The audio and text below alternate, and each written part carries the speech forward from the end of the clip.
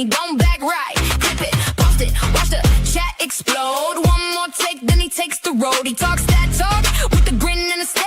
The other side's talking, he already there. Hold up, here he comes. Hands in the air, let the verdict come. No more hush, no more shade. Spin City live and the whole place plays. Spin City, spin City, spin City. He don't play it safe. Spin City, spin City, bring fire to the east. Mega on the mic, and he says what he means. Spin City, shaking up the scene. Everybody wants to turn, hands in hard, let the hearts burn. Protest on the tickle riot in the thread. He talks over the chaos with a raised up head. Make the point land clean. The noise like a headlight machine. Headlight machine for the home beat. Comes right back, comes right more cash and the whole beat's in the half. Here he comes, hands in the air, let the verdict come. No more hush, no more shade. Spin City live and the whole place plays. Spin City, spin City, spin.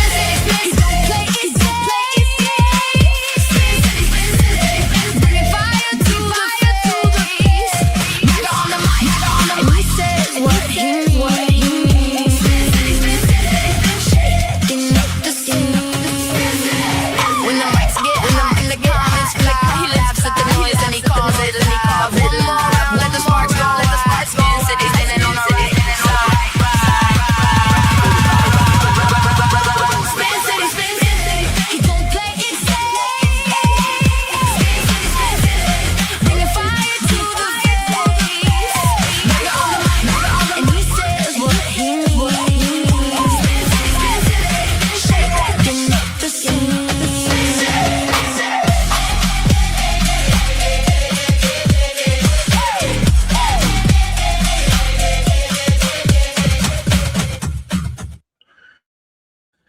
Good morning, everybody. Good afternoon, good evening, wherever you may be.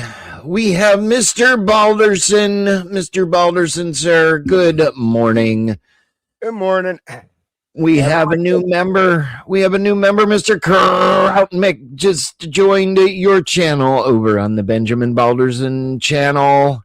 Krautmick is the gift it keeps on giving. We have a press conference just about to start, announcing the officials announced charges against Minneapolis activists accused of targeting federal officers, sir. It sounds like Minnesota's up in their game, man. What's up, Kraut? Hope you're feeling good this morning, brother. Hello, Mr. Krautmick. Dude, Minneapolis honestly has always been wild, and people just don't realize it. Sure. I don't know where the nice city reputation ever came from in that. So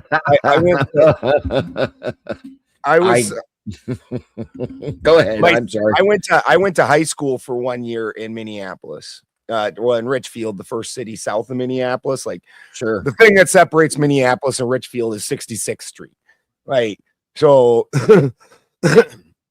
I owned my first house. I owned my first house in Bloomington.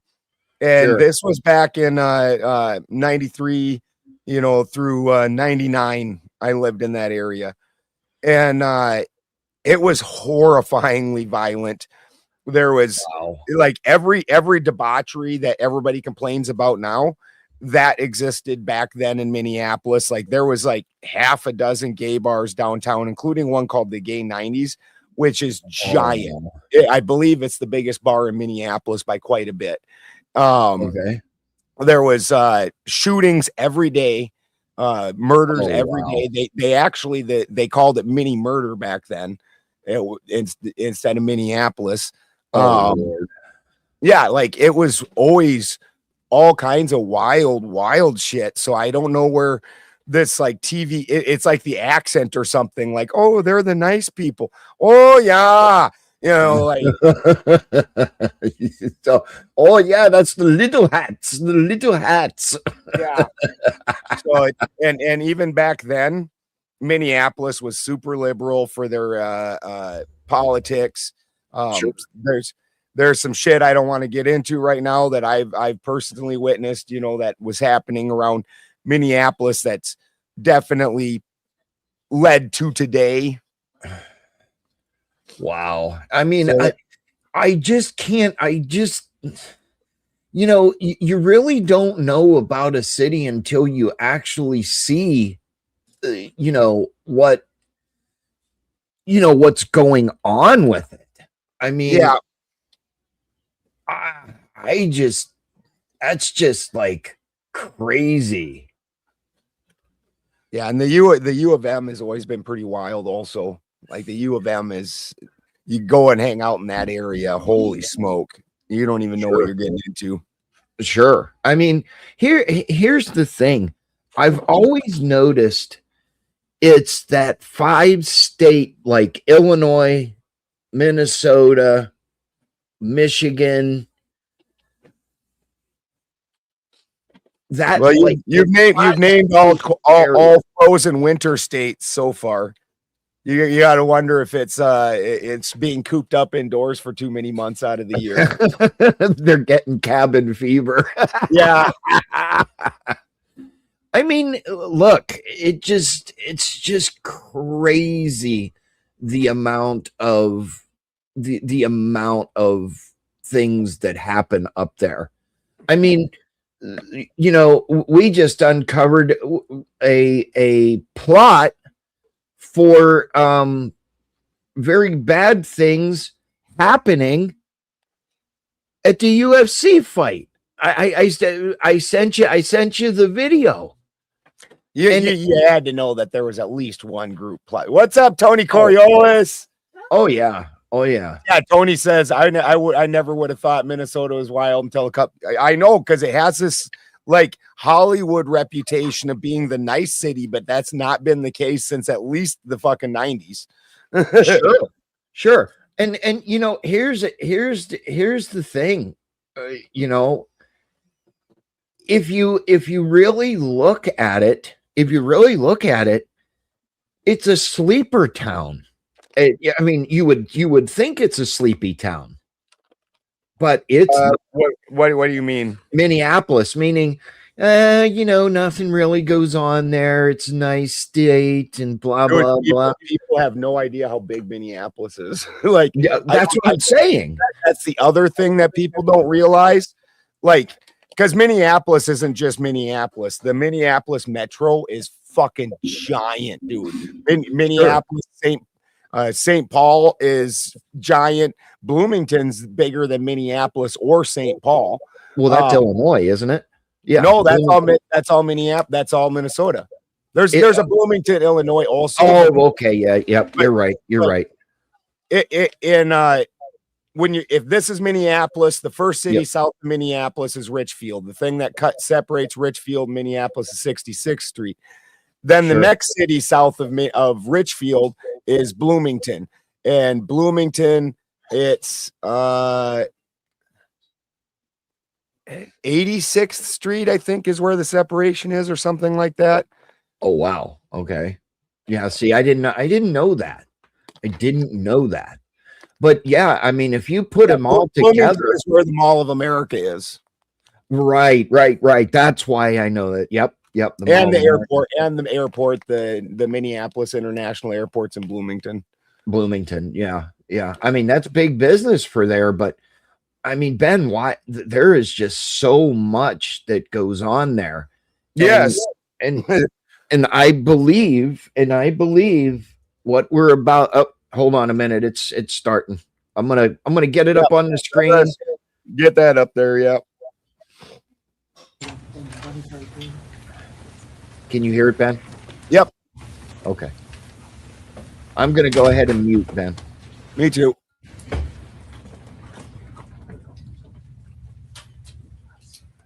Well, when you and I were all together last week, I said that political violence is a national scourge in our times. Today, I can disclose to you further actions by federal law enforcement in combating that violence.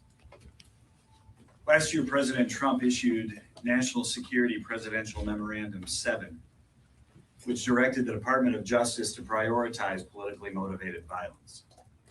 To accomplish that mission, the Deputy Attorney General stood up Joint Task Force Vanguard to enforce a national security strategy to investigate, prosecute, and disrupt those who engage in political violence and intimidation.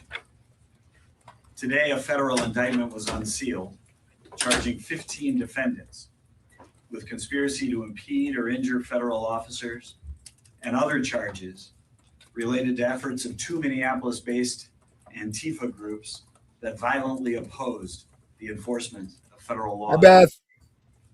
There it is. The defendants are There it members is, and associates of Antifa. Direct Action Minnesota. They are charged with conspiracy to impede or injure a federal officer, solicitation to commit a crime of violence, interstate threats, interstate stalking, assault on a federal officer, and destruction of government property.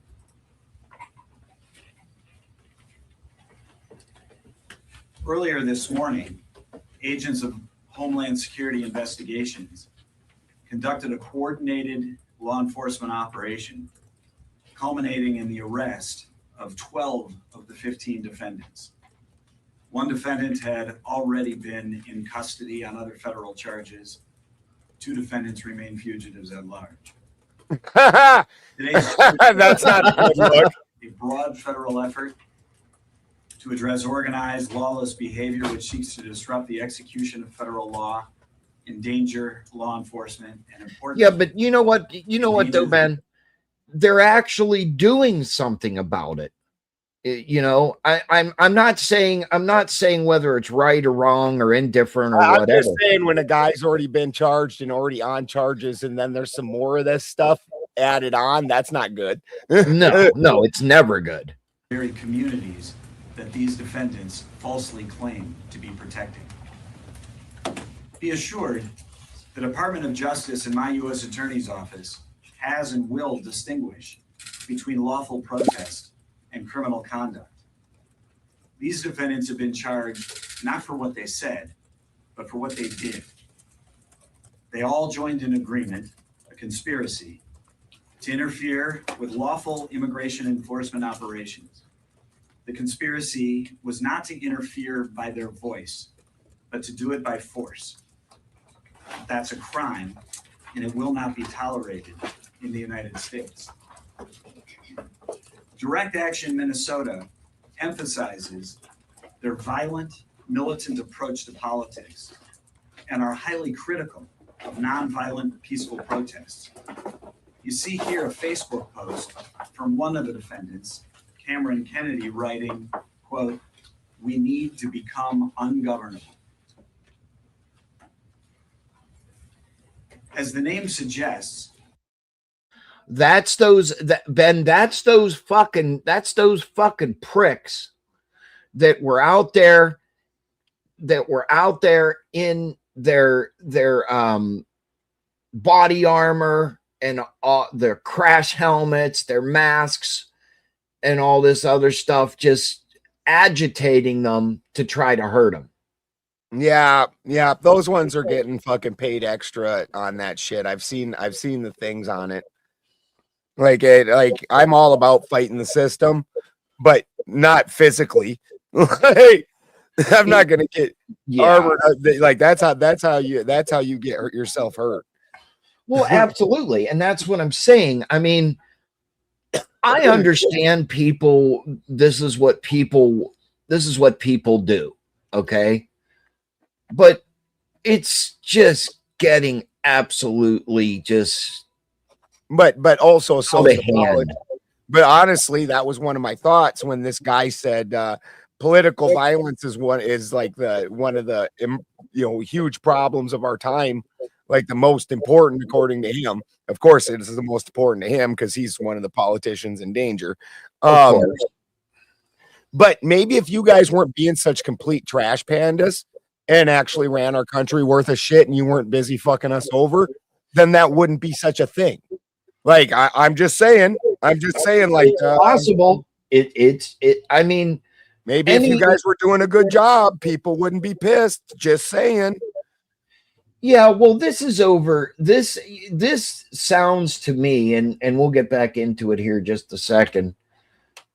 This to me sounds like it's over the ice, you know, No, I agree. the deportations and I stuff agree. like That's that. what this is sounding like to me. Also, I agree. I mean, look, there. If you've come into this country illegally, just leave.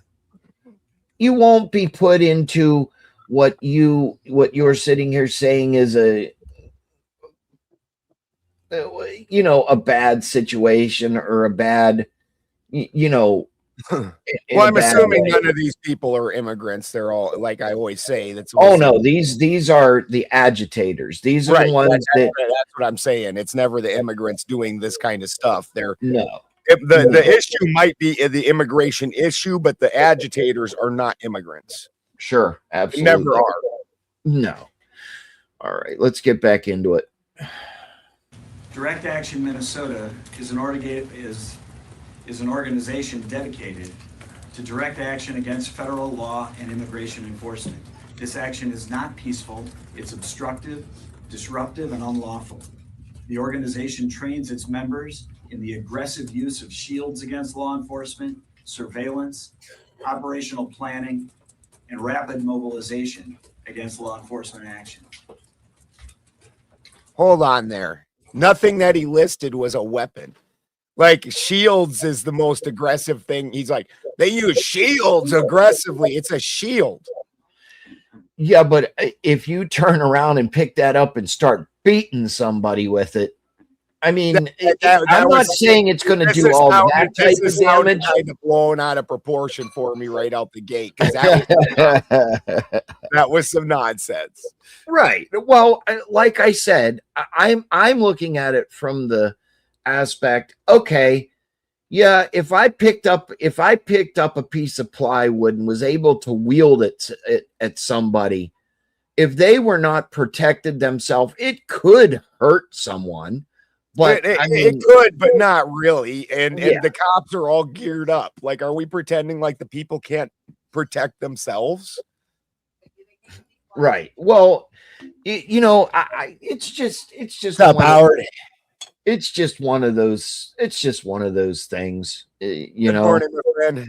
Good morning, Howard. Well, it would be good morning to Howard. Absolutely. Kraut Mick, good to see you. Let's get back into it for a few minutes, Ben. Yep. Investigations are ongoing. What we know now is that Direct Action Minnesota is comprised of members of subgroups. For example, the Black Hat Workers Collective. The Black Hat Workers Collective is a Minneapolis-based Antifa affinity group which advocates, promotes, and utilizes militant tactics and violence. Here you can see that their Facebook cover page shows as a banner the burning down of the Minneapolis Police Department's 3rd precinct. One of the leaders of Direct Action Minnesota, defendant Kyle Wagner, identifies himself as Antifa, and he doesn't shy away from it. My name is Kyle. I'm Antifa, and there's so much rage in me that I've had to record this like 15 times trying to get the message out. They fucked up, okay? Go watch my other videos. Doesn't matter if you're not here and you're not caught up. You missed the fucking fight. But if you are, it's time to suit up. Boots on the ground. Nicollet and fucking 26th. My house is 4 blocks away. Anywhere between Franklin and Nicollet and 26th and Nicollet. Show up, ready to go. Okay, not talking about peaceful protests anymore. We're not talking about having polite conversations anymore. I am talking specifically to my fucking followers. This is everything I have fucking talked about, and this is exactly what I said was gonna happen. This is exactly what I said was gonna fucking come when we didn't fucking go and march on fucking Whipple with guns. Sorry, but welcome to America 2026, where Second Amendment. Hit pause right now. Hit pause. Look at this guy.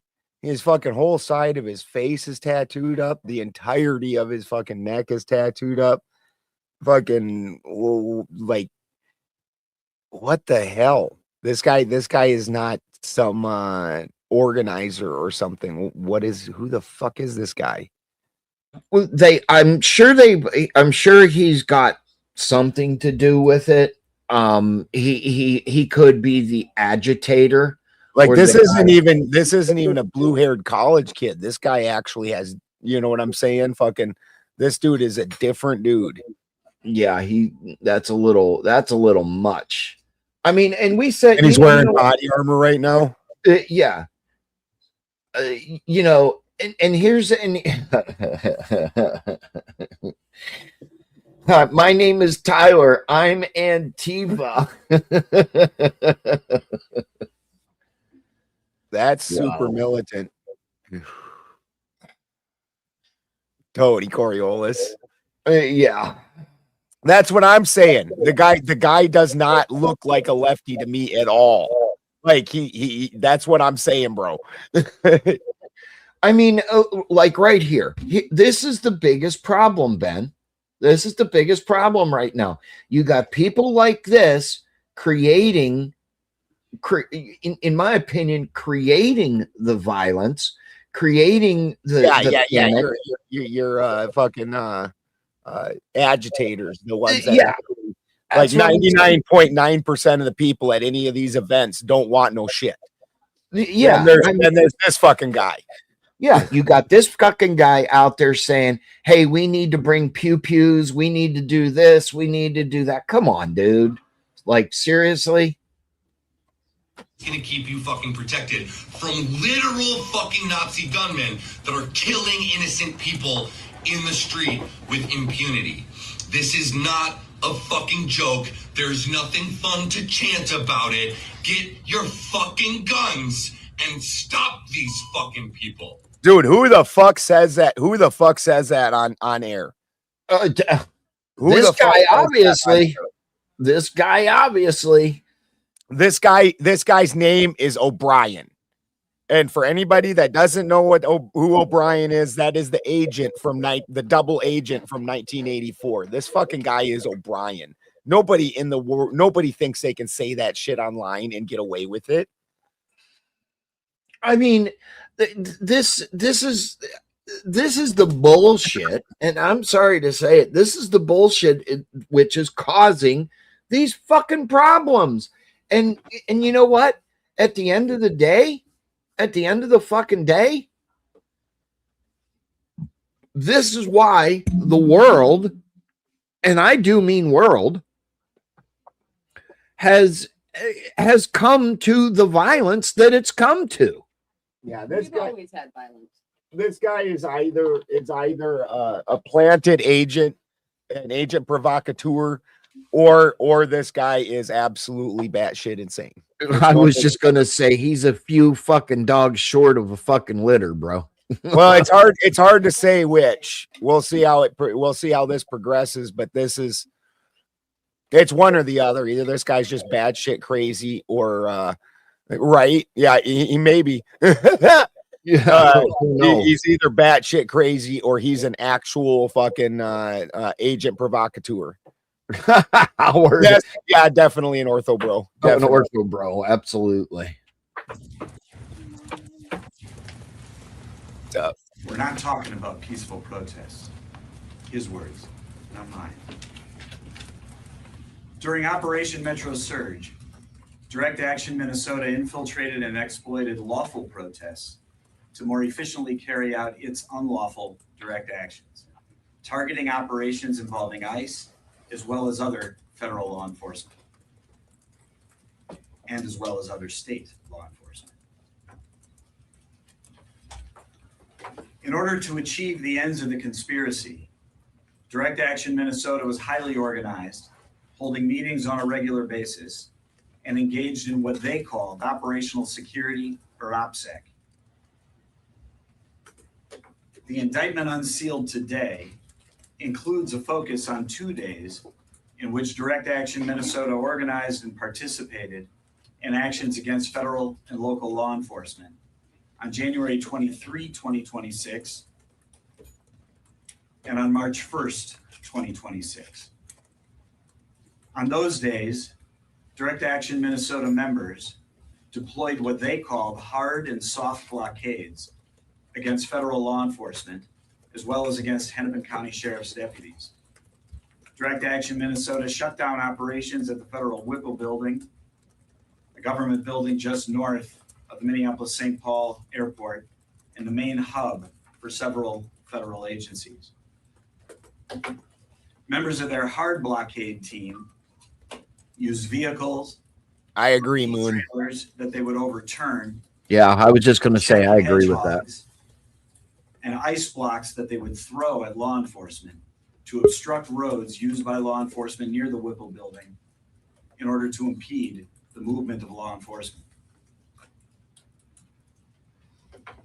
Members of their soft blockade team used homemade shields constructed from plastic, wood, and metal to physically resist the efforts of law enforcement and to aggressively break through teams of officers on foot.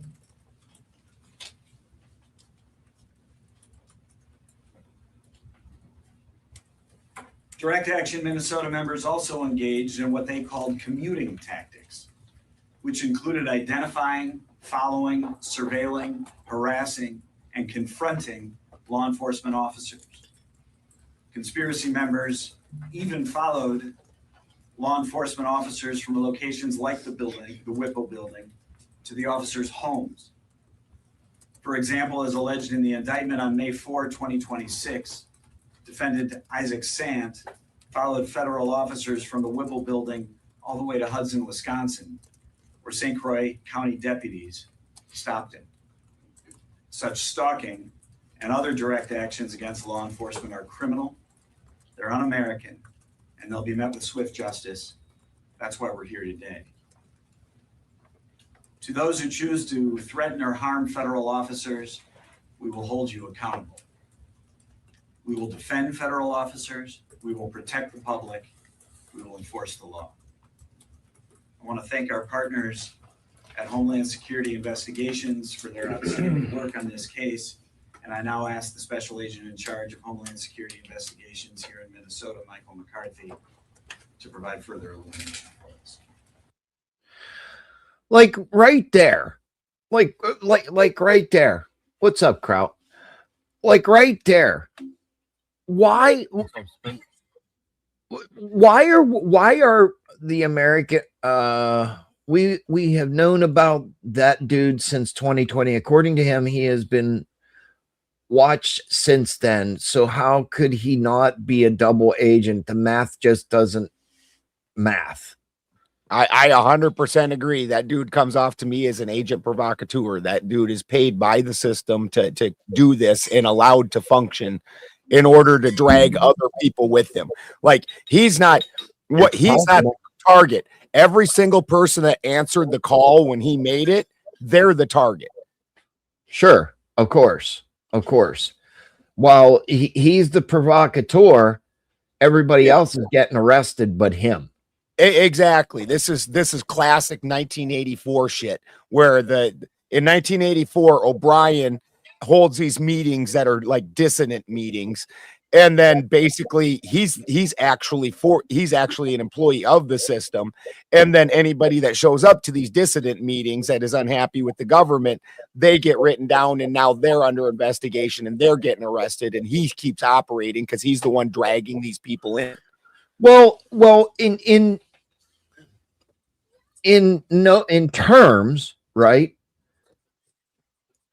It's smart because it's getting the people that are actually doing this behavior.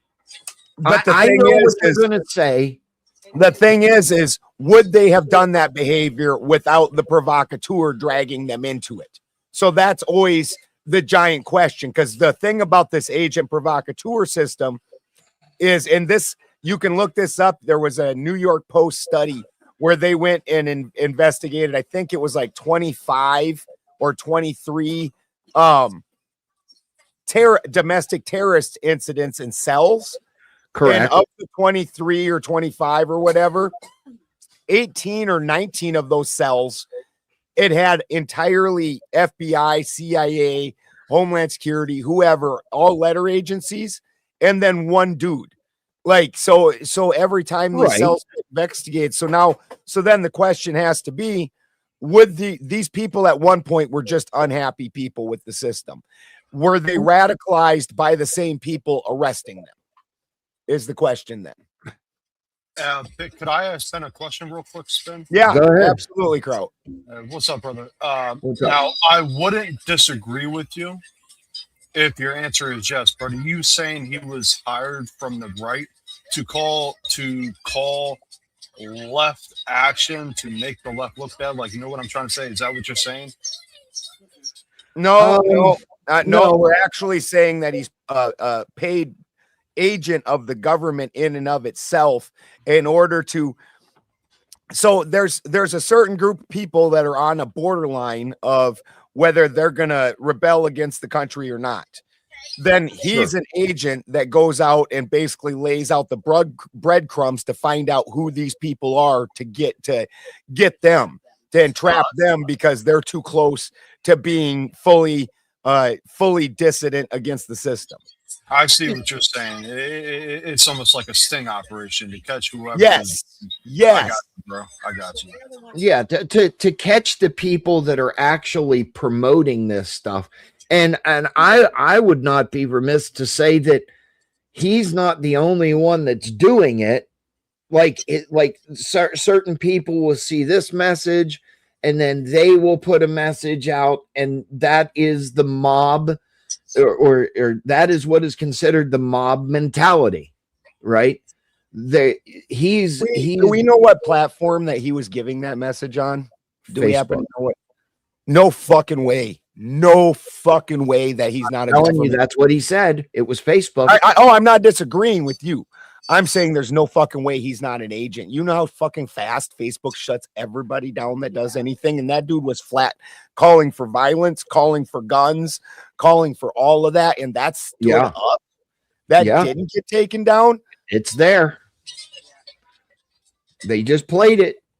Like, we're streamers. We know the fucking 300 words that we have to make up new words for and dance around and shit like that. But this guy can somehow sit on open social media calling for violence and using guns and things like that. That's a little suspect to me. Let's go back into it for a few minutes, see what else they got to say.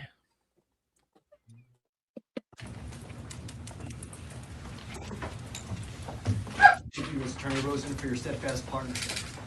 Good morning. My name is Michael McCarthy, and I am the Special Agent in charge of Homeland Security Investigation St. Paul. Today's announcement is the result of a thorough and months-long investigation into a deeply concerning trend: coordinated violence targeting federal law enforcement officers and facilities.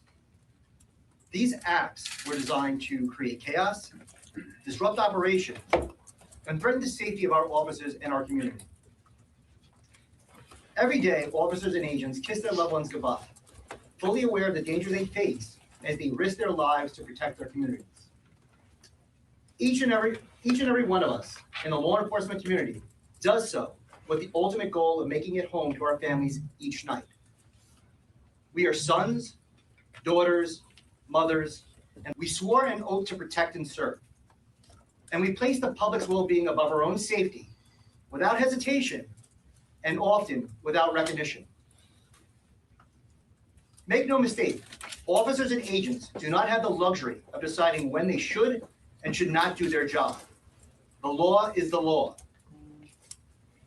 Over the past several months, we have seen organized groups deliberately plan and carry out criminal acts, including assaults, threats, destruction of government property, and efforts to obstruct federal officers. Much of the recent civil unrest in the metro area has been linked to anti-ICE demonstrations. Let me be clear. Peaceful protest is a protected right and a cornerstone of our democracy. We respect and defend that right. However, there's a clear line that cannot be crossed. When protest turns into rioting, violence, or criminal activity, Hail Joe Cool. What's up, brother? tolerated. Unfortunately, some groups have crossed that line. Working closely with the U.S. Attorney's Office, our investigation uncovered extensive planning, material support, and coordinated attacks against federal personnel and facilities. Our teams have worked tirelessly, conducting surveillance, reviewing camera footage, and analyzing large volumes of information to identify those responsible. I want to thank all the agents and staff whose dedication and professionalism made these indictments possible. Our message is clear. You may not agree with the laws. You may protest the laws, but you must follow the laws or face the consequences.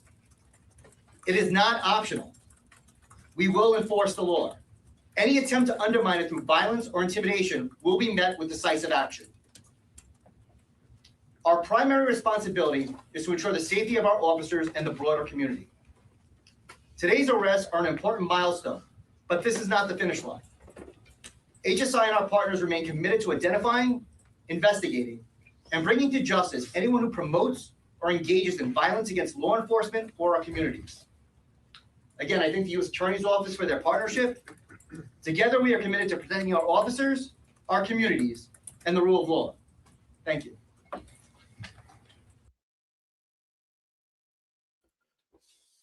See, here's the thing, and you know, Lord McMuffin says ICE are not kidnapping anyone, asshole. They're not. They're doing their fucking job.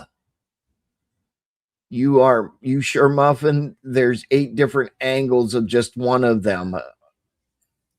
Which at first I thought was Joe making fun of the guy, and then I noticed his name is Lord McMuffin. So then, well, I mean, they're not kidnapping anyone. They're doing their job. I just don't understand. But when you say that, you've got to understand that so were the World War II guys. So were, doing your job when your job includes doing highly immoral things. That doesn't seem like a whole lot of excuse. Yeah, this is where the Milgram experiment comes in. True. Can I say something real quick on that? Go ahead. Absolutely.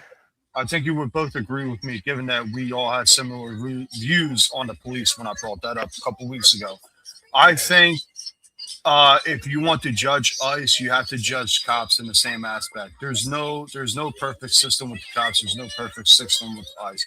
We can criticize ICE and hold the individuals responsible.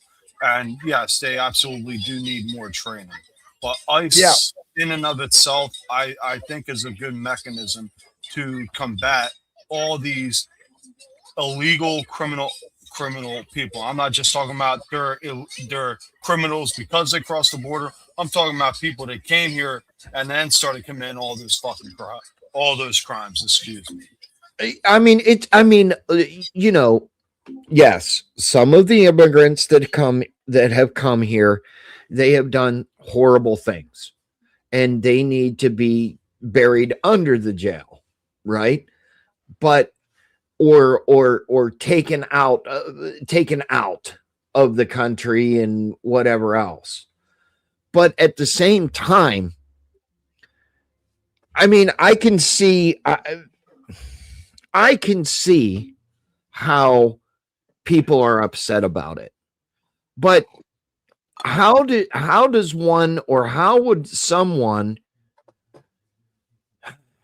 someone find these people without asking the question? Well, that's the whole thing, is most people that are unhappy stay pretty mild with it. And this is why you put a character like this out to draw out the ones that might possibly do something. Yes. And you know what? Again, anybody that's read 1984, this is classic 1984 tactics right here. And you know what? If that's what's happening, which I'm not saying it is or it isn't, that's a good tactic to draw out the radical people. But the question is would they have ever radicalized without the agent provocateur radicalizing them?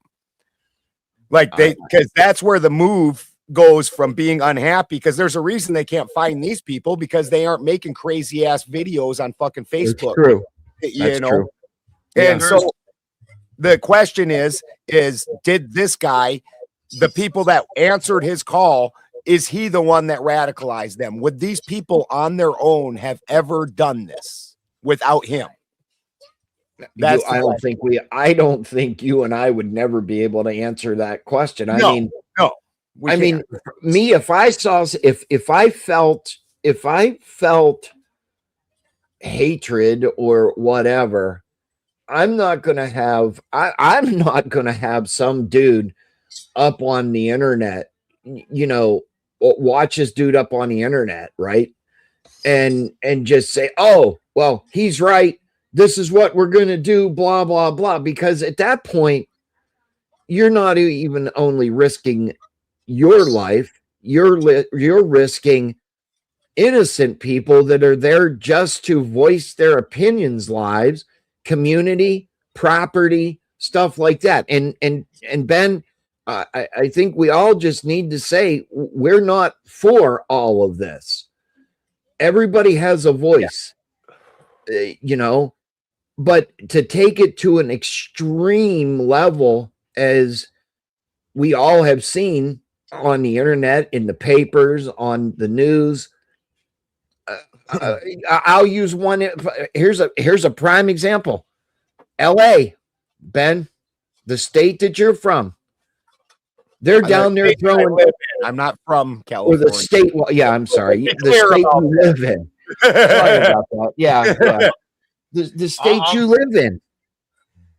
Let's throw in concrete cinder blocks at people.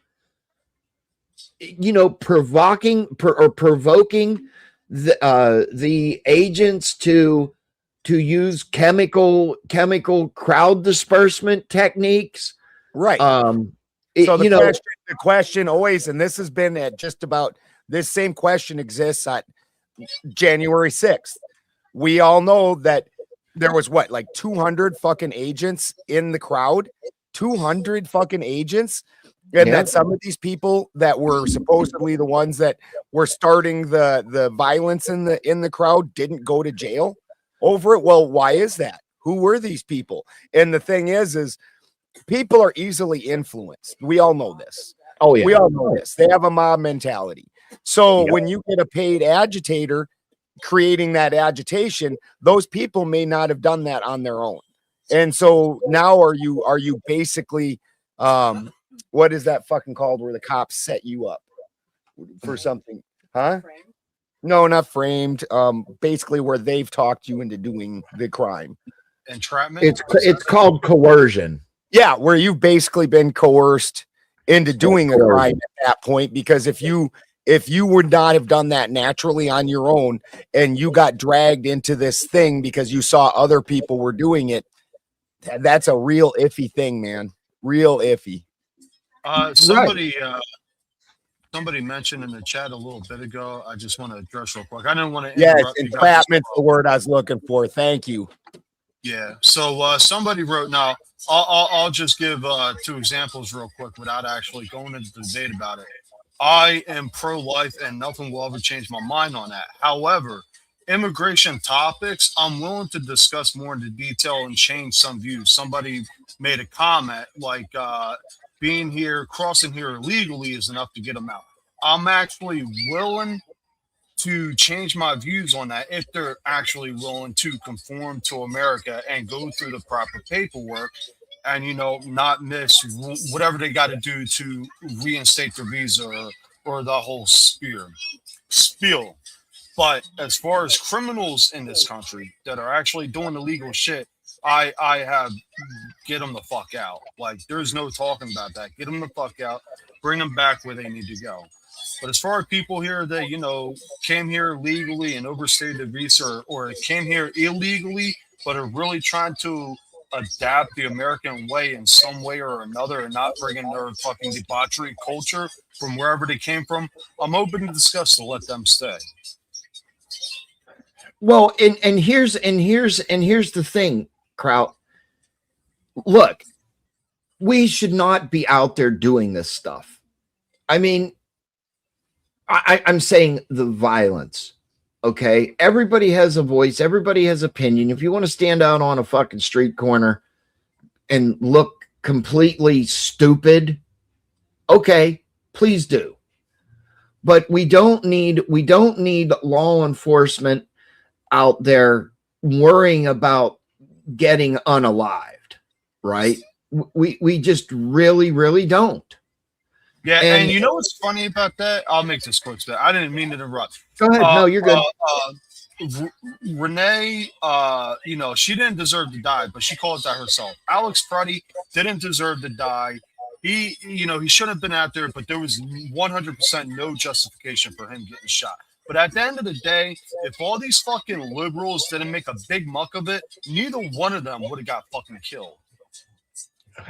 That to me is a true statement. And yes, listen, nobody deserves to be unalived. Okay, no one, unless you know a court or you've done something. Excuse me, you've done something that wrong that a court says that you are not going to be here anymore, right? But the senseless acts of violence toward law enforcement, towards anyone, in my opinion,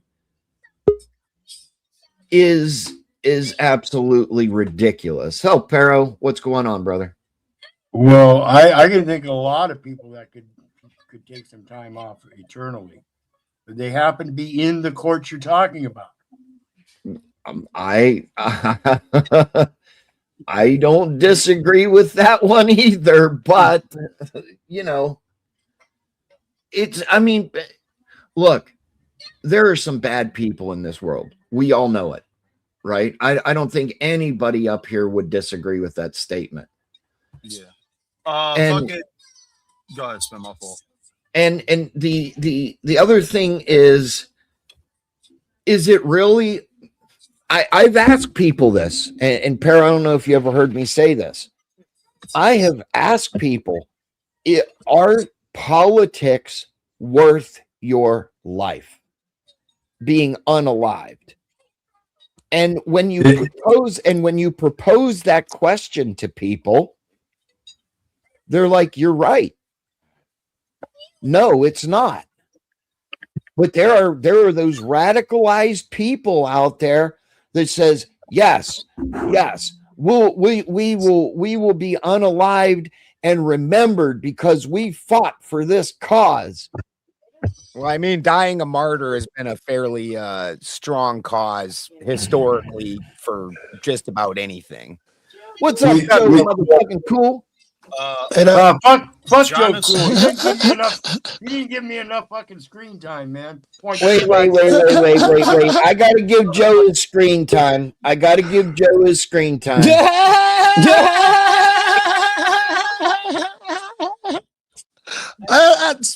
You never did sing that clip, did you? Oh shit! No, I didn't. I'll send it right now, Joe. I'll send it right now. Spin. Yeah. This guy in your chat, Jonathan on motorcycle, said, "Fuck them. They both made a bad choice. Just because you make a bad choice doesn't mean you deserve your life to be ended." I believe in ICE and their calls, but like I said before, we can criticize the individual. Renee Good literally tried to hit an agent. Whether or not she deserved to get shot, she tried to hit an agent. Her actions directly caused her death. Alex Preddy, even if he made a bad choice, did not deserve to fucking get shot like that. It was a bad fucking mistake from ICE. Can we talk about that's a fucking biased opinion from the conservative view, and you make us conservatives fucking look bad, Jonathan. Get your fucking priorities straight. I think that was you. If we could talk about Good, I think that was you saying you'd like to have a sincere conversation about it. I don't believe any of you would. Ben and Pero, yes, but you certainly not you and Spin. Hold on. Let me finish, please. Let me finish. You made a statement there that obviously she was trying to kill him. If I didn't say kill, she definitely tried to run him over. Though. Oh, I'm sorry. There's a huge difference. Very good. Obviously, she tried to run him over. If I showed you videotaped evidence of that shit, I say you would deny it and not change your mind because you prefer to stay set in your beliefs. What do you think? Well, so I'll give you two answers to that. If I was set in my beliefs, I would openly say Alex Preddy deserved to get shot, or you know, you're too intelligent. You're not You're intelligent too now. Yeah, so why would hold up? Why would I be biased on one aspect but not biased in the other? But I'll say one Then more I got to thing. run to the bathroom. I'll be right back. People try to say that the agent shouldn't have been standing in front of the car. They're fucking retarded. No, The they're not agent here. was You don't have to debate them. They are not Well, here. hold on. I am You here. asked me- Hold up. You can hold up, debate hold- me. Hold up. You asked me a question. I'm giving you two. I already gave, why would I be biased against one and not the other? And now I'm saying people in general, because that's one of the arguments. So I'm just laying this They're out. not Are here. saying- I'm here. Would you like to argue Bro, mine? you gotta let me finish, bro. I'm trying to give you the answer. Just slow your roll for a second. All right. One of the arguments, I'm just saying one of the arguments, which is another foolish argument. They try to say the agent was in front of the car. He wasn't in front of the fucking car. The car wound up in front of him because Renee Good tried to hit that motherfucker. All right. He walked in front of it. No, he he didn't. walked in front of it. I wouldn't. It's on video. I can send you a photo. Walked all the way around that bitch and then He walked clearly in front. walked past in front of a car. If the But vehicle that's neither didn't here move, nor would there. he be I in wouldn't front? make that argument. But a better argument is that you can see her turn the wheel in an opposite direction of him before she gave it some gas. She would only do that if she was not trying to run him over. Well, I mean, again, why would I be biased against Good but not Pretty? That shit. Did just you hear my don't- evidence? If you wanted to clear it up and really want the truth, you'll go back. We can look and find that vid, and you'll watch the front wheels turn. Then her gas it turned in the opposite direction of the cop. I mean, look, this is Spin and Boulder's podcast or stream on what's going on right now. So I really don't want to debate y'all, but I'm just trying to say, why would I be biased against one but not the other? I explained to you that because you're intelligent, so you Well, I can't mean, be I've called. seen the Hold video. on, hold That's on. where my You're justification intelligent. You're intelligent, so you can't just outright say crazy shit. But your opinions will show, like in the Good case, where you don't really examine the evidence. That's how you can be biased on one and not the other. Well, no, the main reason why I think Ike's completely fucked up with Pretty, the dude removed the gun. Pretty had a fucking gun. Nobody will question that. But the agent, any type of situation, you're supposed to say firearm clear or weapon clear. And nobody fucking said that. And then some gunshot went off, regardless on who it was from. And then he just fucking panic fired like me on Call of Duty. They That shouldn't was have been beating them up anyway, right? That's what happens. You start beating people up with a bunch of crazy rabid lunatics, somebody may kill them. Remember, they only beat him up because he tried to come between the girl that they were pushing, that they shouldn't have been pushing on the ground. Yeah, actually, that girl, she was she went to the court after because she was a witness to it, and she was completely fine. They found out that she did no wrong whatsoever. That was assault, by the way. So he And was just they were defending a pushing woman from her assault. all across the street. They got out of their car on one side of the street and pushed her onto the curb on the opposite side. There was nothing legal or just about those actions. If you want somebody, whatever, I don't got to get into all of that shit. And you can't beat a motherfucker crazy and spray him with fucking mace because he barely got an arm in between the two. And their reaction is to spray him with mace and beat him and shoot him. Wait, didn't they hit him with a can or something, or a gun? The mace can. They was beating him with the mace can too, yeah. I'm sorry. Why do you need multiple people to hold down a man that's been maced, beaten? Yeah. I'm sorry. On top of everything, I just think that's sad. Because I've wrestled before, so I know how to hold someone like a grown man down. Yeah. That.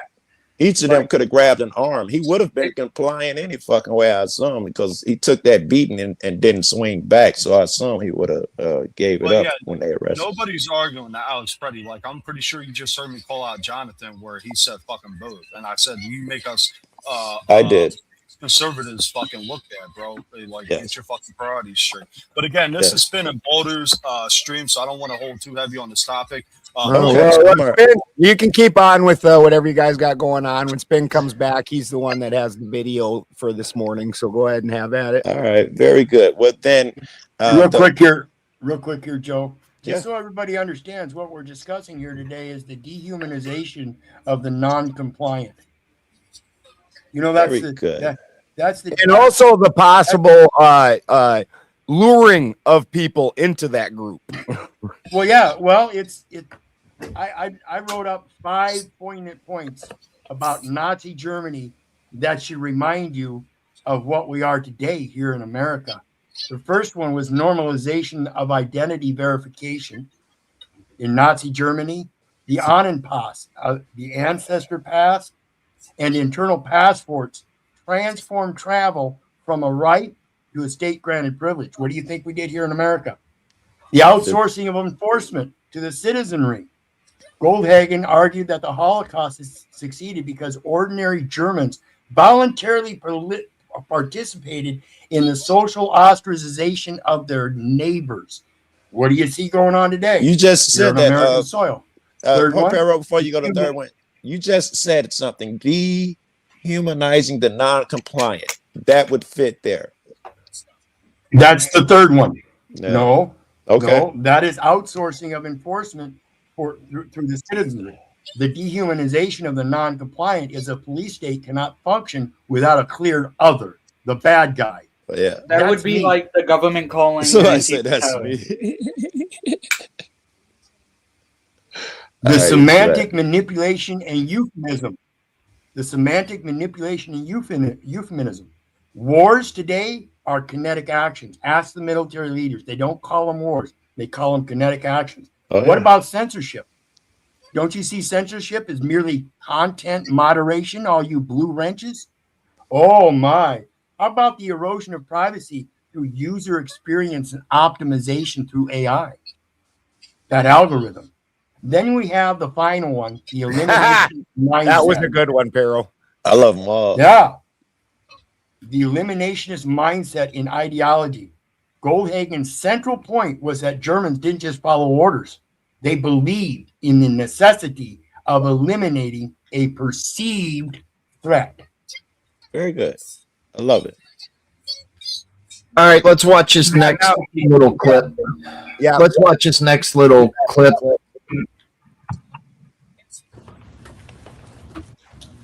If you have some questions, I'll be happy to take them. I just ask that each of you just tell me your name and the organization that you're here reporting for. And Please don't. eventually, over time, I'll start. Oh, I'm sorry. I'm wrong. Yes, ma'am. Madison McMahon with Minnesota Reformer. This argument has reported that more than 1/3 of prosecutors' cases against people charged with protesting or stalking federal officers during Operation Metro Surge have already been dismissed or failed in some way. Why is this case different? Well, I don't think any cases have failed in any way, but I will tell you, read the indictment and you'll understand the full magnitude of this case. Yes. Can y'all pause and tell me what they're indicted for? What happened? Because I didn't see that part. What are these- There's a guy that came out looking like a 1980s skinhead, completely, dude, serious, Joe. I didn't know that was a thing anymore with the overalls and the suspenders and the bald head and the boots. Dude, the guy had a head that was more shaved than mine, where fucking had neck tattoos all across his neck, like the whole neck was tattooed up on his face, around his eyes and shit. Yeah. Wearing a police body armor, and this dude was out calling for violence, calling to bring guns. All of his followers need to come out and attack these things. And he was very specific about calling for violence. That sounds exactly what you've been describing since I came up here, right? Yeah, 1984 style shit. Yeah, they pushed the guy and promoted him and all of that. Minnesota. To see who he dragged in with him, see who would join with him. Yeah. Hold on. This is Direct Action Minnesota, Joe. I'll play it for you real quick. The job. They fucked up. Okay? Go watch my other videos. Doesn't matter if you're not here and you're not caught up. You missed the fucking fight. But if you are, it's time to suit up. Boots on the ground. Nicollet and fucking 26th. My house is 4 blocks away. Anywhere between Franklin and Nicollet. Go up.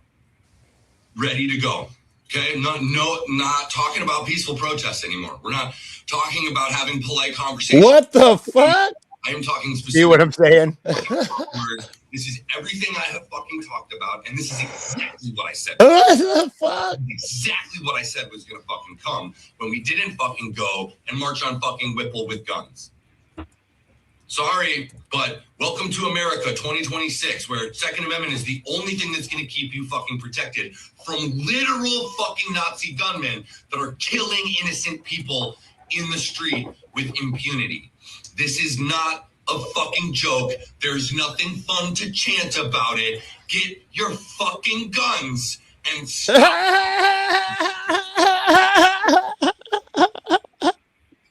This ain't Agent right. provocateur, This ain't like right. motherfucker. They got FBI written all over him, slobbing. Oh my god. Oh, Actually, I saw a photo of him, and I need to ask you all a question.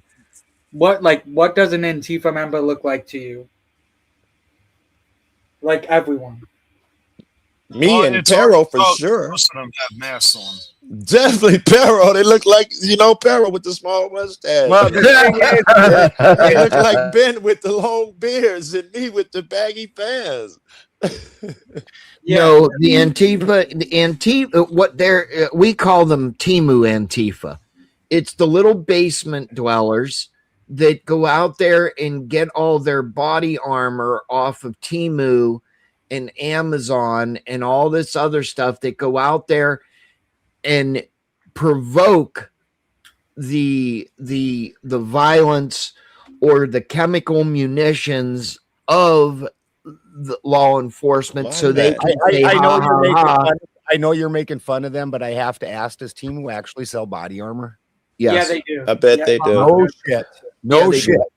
Actually, Sven, the thank you, body Sven. armor I've isn't been that bad, actually. asking for a definition of Antifa. No one's ever given me one. It's go the ahead if you people, want to. they call them Timu Antifa because it's the basement dwellers and the people that live with mommy and daddy, with, and mommy and daddy's credit card, buying gas masks and, stuff like that. And they're going down to the ICE facilities and causing this havoc. Okay. You gotta look at the memorandum that Trump put this under. I took the time to read it. You gotta look at the definition of Antifa, and I guarantee you, most of us on this panel fit it. It was just speaking against the government was one of the things that made you Antifa in that thing. It is so fucking broad. It's dangerous. For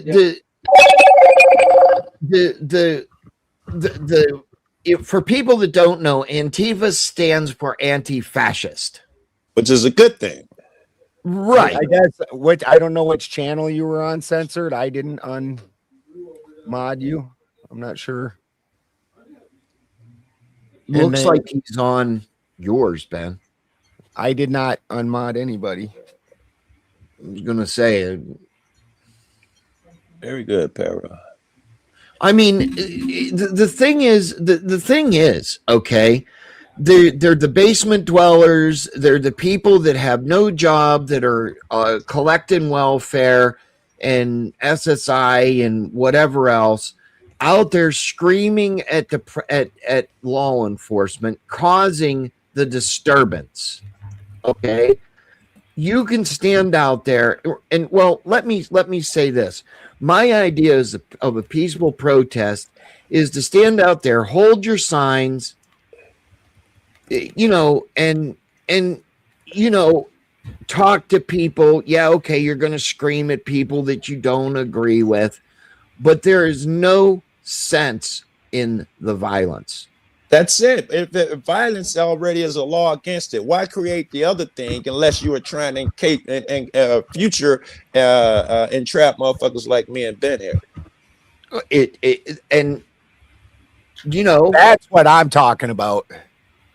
Coriolis said no job is a key factor. You're damn right. And they don't have. Can you do the one above that?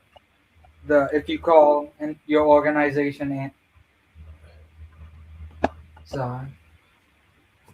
if you call your organization anti-fascist, what people thought fascist tactics were here. Well, that's true. And what is a fascist tactic? Violence. No, that's Hello? that wouldn't fit. That wouldn't fit. That's just like part of almost every group ever. Yeah. Every But you society know what, ever has Cameron? You violence. can't say, Cameron. Democracy, violent. Like monarchy, violent. You have to violently hold people down and subject them to your will. Yeah, the That's fascism going would be the charismatic leader that doesn't answer to anyone type of shit. That had to be thrown in there. Thanks, Howard. Fascism is like Thanks, this Howard, very you prick. third way. That'll cost you 20. What's your hold on, Howard. Fuck you. What's your proofism, bitch? Proofism. Love you, Howard. No, it boils down to, at the end of the fucking day, okay? You've got people out there using fascist tactics, claiming they're anti-fascist. Well, if they're anti-fascist, stop doing the violence. Stop acting like you're oh, you don't have any proofism. That's right, Howard. So shut up. Would you tell the people fighting in fascist Italy not to kill Mussolini? Would you tell Trump not to kill the president that he's killed? Well, he kidnapped one and killed another. Maduro? The Ayatollah Khamenei? And he kidnapped the Venezuelan people. Actually, his son is so much worse, by the way. Like It always is. His son is literally more extreme than his father. It's always the case. That we have never had a successful regime change. Things have gotten worse every regime change we've ever done. No, like but that, it's like what we did when we took that motherfucker out of what is it, Hamas? Like, and they appointed that fucking dictatorship shaman or whatever the fuck his name was. I'll agree with that. But look, real quick on the anti-fascist, I much like MAGA, I believe in the idea of MAGA. I also believe in the idea of Antifa. But most of these fucking Antifa members are fucking with U.S. citizens. Fuck with the government. If you really want to go off of the word, fuck with the government and tell them how you don't want them to be fascists. But no, they're mostly impeding American fucking citizens and their travels, and even they're on their way to work.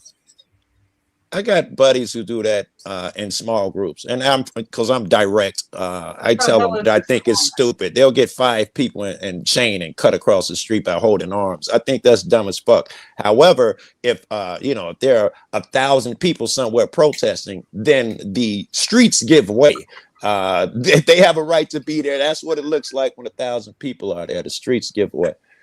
Well, no matter what protest you have, it's actually against the law to impede the normal traffic of the city. Why do you think movies need a license when they film there? Because they can't impede without a license from the city government or the city council. Well, that's also why protests get a license. Also, the protests they get a license. Also, Yeah, And they should. They should not, though. In my opinion, they should not. That's like asking permission for a thing. It's quite obvious. If Thank you, Joe. Thank you. Sorry. If 1,000, I don't know, if 1,000 people out there. I'm 50-50 on it. I don't think they should have to ask permission to make their voice heard. But then also, as Joe's saying, when 1,000 people, the street must give way. So you've got to inform the government, hey, we're doing this thing, and give them ability to actually cordon it off, move traffic in other directions, things like that. I've been to so many of these in Chicago. They're very skilled with this thing, and that's the way the police handle it.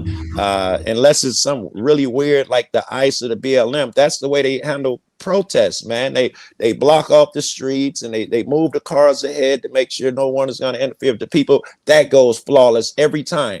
You know what goes wrong and causes violence every time when they walk right up to the people face to face, or they start pushing them back. They put the shields together and push them back when they're just simply protesting. That's always when the violence, I shouldn't say 90+% of the time, the violence comes from that one action. And real quick here, I got to duck out. Thanks for having me up. Sorry, I can't. no stay. problem. Pearl, Pearl. you've been fucking great, Pearl. I Thanks, love you. Pearl. Everything out your mouth today was from God. Fuck them fastest. Thanks for coming. Thanks for coming up, Pearl. See ya. Yeah. Joe, now let me ask you something. Yeah. At Delaney Hall Yeah. in New Jersey, Yeah. what these protesters are doing is they're stopping people from going to work. Yeah. They're standing in front of the cars, putting their signs, breaking people's mirrors off. That sucks. I don't know. I'd like to see that shit because normally we don't tolerate that shit. Normally the protesters will not tolerate anyone acting out. I mean, we point out Antifa, so but I'm organized, a bunch of people, we put our hands up, go encircle the guy who was doing something like that, and we start chanting, hey, goodbye, and we push them outside of the legit protesters. That's simply not tolerated. That's really hard to fucking fathom. That's fucking brilliant. Yeah. Hey, what was it? I think Spin was doing one of these a few weeks ago where they were at the Newark facility or wherever the fucking Jersey, and these two Latino brothers come out the facility, and all these fucking liberals are chanting, "Yay, they let them out!" And somebody said they work here. How fucking racist do you have to be to assume? Yes, absolutely. I remember that now. Get the fuck out of here! But yeah, us conservatives are the fucking racists. Hello, pot. That's hilarious. Oh, I like to see that on video. That's fucking hilarious. You know what? Swift Vasquez says America's tired of peaceful protests. I'm tired of protests, period. Although it is good entertainment to watch as people are out there, getting the shit beat out of them. Oh my God, Spin, just move to China, bro. They got less. Get it over with already. You would love China, bro. You would love China. Let me ask you all a question. What is the most peaceful protest that probably accomplished, that was probably the most successful? That was peaceful? Gandhi. Yeah. I would say the civil rights with MLK Jr. Those protests were very fucking. Don't overlook Gandhi. That was the great answer. He liberated the country and the peaceful protest. Freed India from British rule. Yeah, I mean, that's hold up. I'm talking about America. I don't really want to talk about shit overseas. I think the gathering at the Capitol and all of those protests. Yeah, they still are in our mind today. Yeah, and but also the cops were brutalizing those people, and they still stood firm.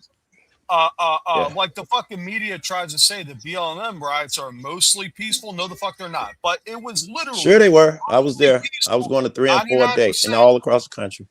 99%. Also, like they were peaceful, and they accomplished the civil rights movement. The SPLC were peaceful. There were other organizations within the civil rights movement that were not peaceful. Like they probably more or less hung off the words of Malcolm X, if I had to assume anything. But I mean, all in all, they actually were mostly peaceful, and they accomplished their goal. Well, why the fuck can't these idiots do that today? Let's be honest though. The protesters were peaceful. What accomplished the shit was the violence that the police did. That 60s shit was dead in the water until the police started sicking their dogs on teenagers and spraying hoses at old ladies. It was dead in the water until the police became violent. Also, when you see so many unhappy people marching, it tells you that, like, of course they're not violent now, but they can be, and they're willing to group up, and they're willing to show what they want, to get what they want.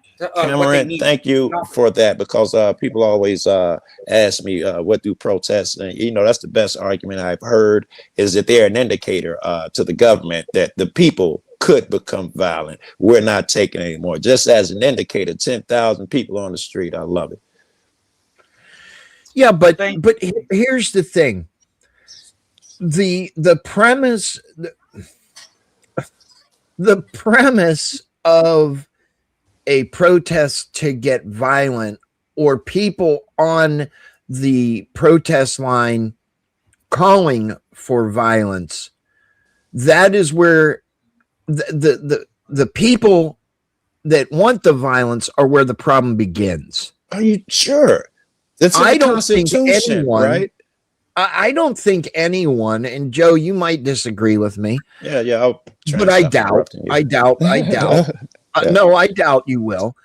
I don't think anyone goes out to the protest line to ensue violence except for certain groups. Very few. It'd be the certain groups. You can damn near point them out. I would agree with that. And I'm gotten good at it. You can tell, like Ben is talking about, they'll have a certain look about them. You can tell.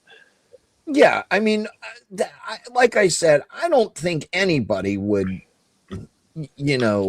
sit here and want to go out there and get arrested or get what is that, Joe? Yeah. Get chemically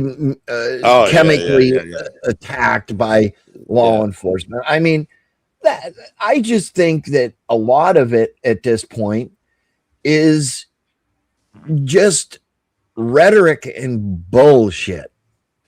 It is, but you'd agree that it could trigger over too. And I would say that some people wanted to trigger over to violence. And I wanted to say, when, Spin, I want to ask you, and we're going to be careful how we talk here. But when is it okay? When do you say we're going to get up and get physical? We'll just leave it at that, because the Constitution says that you got to do that shit at some point. You know what? In my opinion, on a protest, mind you, okay, we're talking about a protest, correct, Joe? Very good, very good. We'll stay with protest, yes.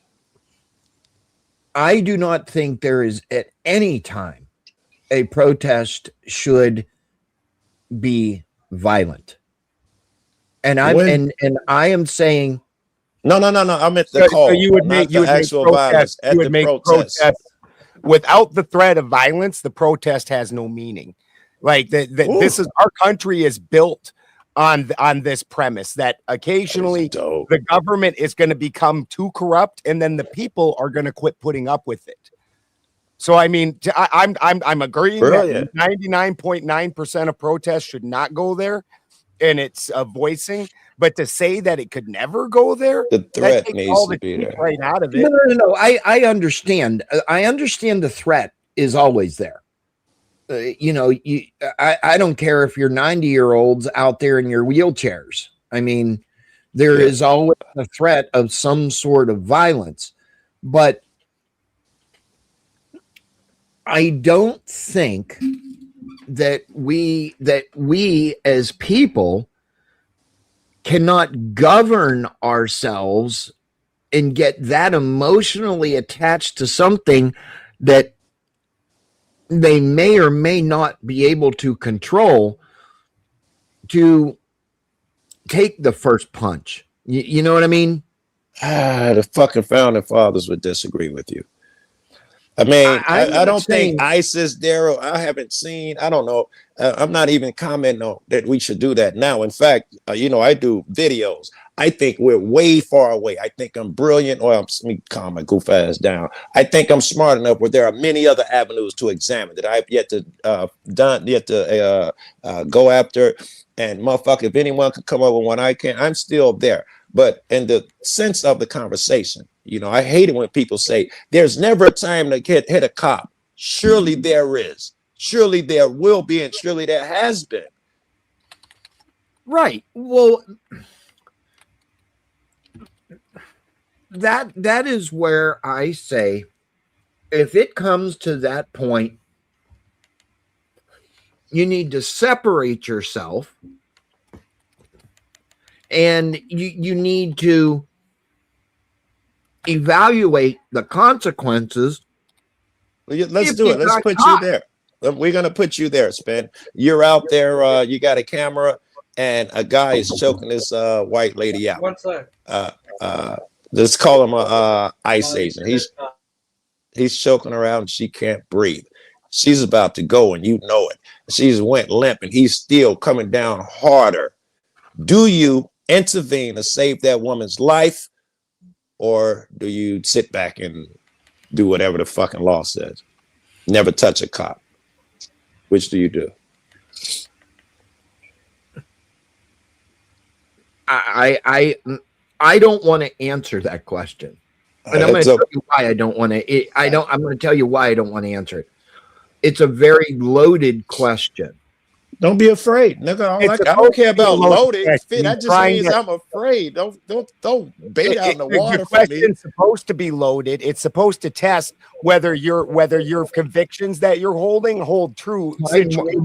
Yeah. Okay. This is a situation that does happen. It's not like Joe. Oh yeah, I'm not saying it doesn't happen, man.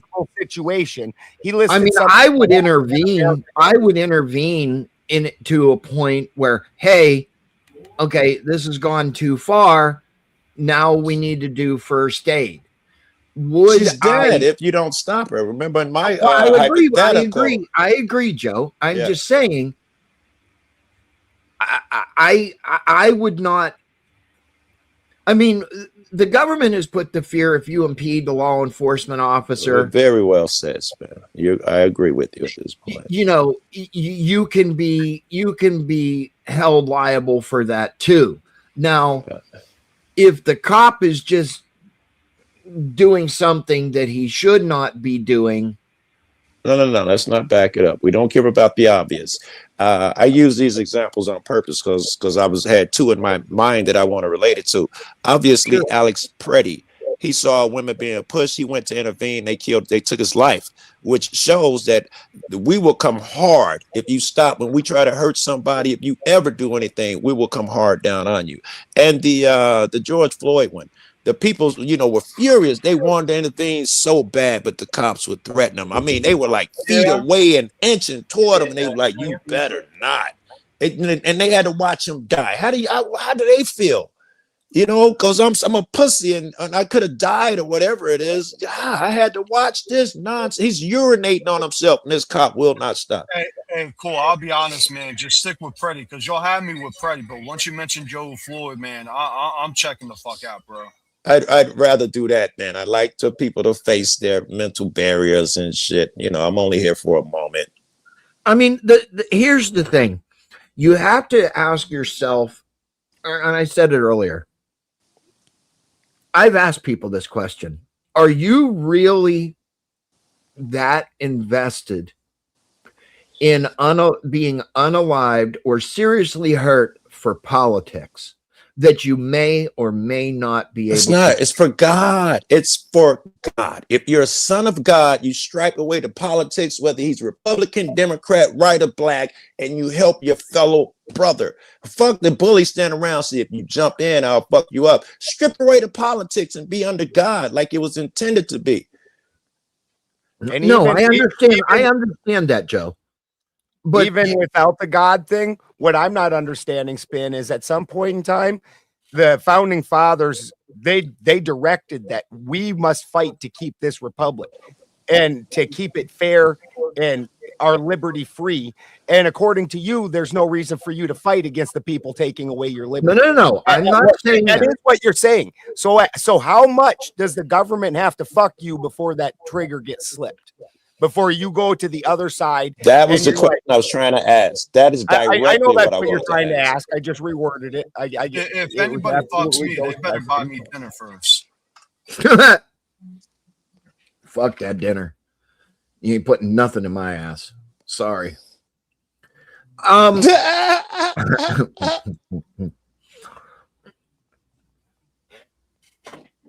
at the how many laws does the government have to break, and how many nasty things do they have to do to citizens before you go, that government's unacceptable?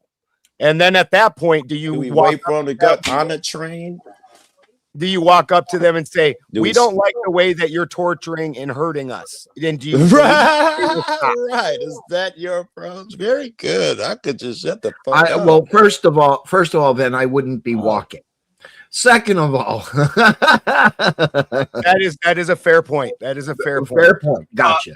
Can I add Gotcha, something Mitch. real quick to kind of even the playing field, and it's based off of the comment that was just posted. Ben, I know you saw it because you were shaking your head in agreement.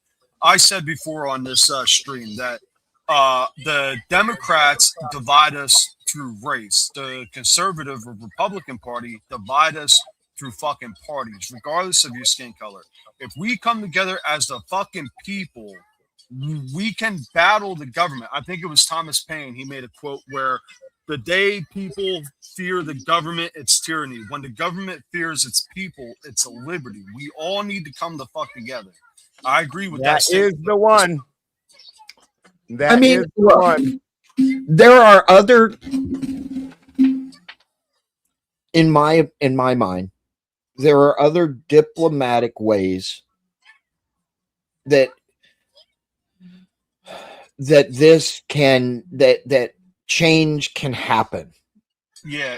Hey, Spin, real quick. I believe violence is the last resort. We 100% agree. Now the question is when what Joe was trying to get out of you is when that resort happens. How much does the government, do they have to have your wife down on the ground with a pew pew to the back of her head before you decide it's time for me to stand up? Oh no. Where does it have to go? How much of your liberty must they remove before? Because Alexander Hamilton, and this is after suppressing the whiskey rebellion, because after our revolution, the government decided that they should put a tax on whiskey.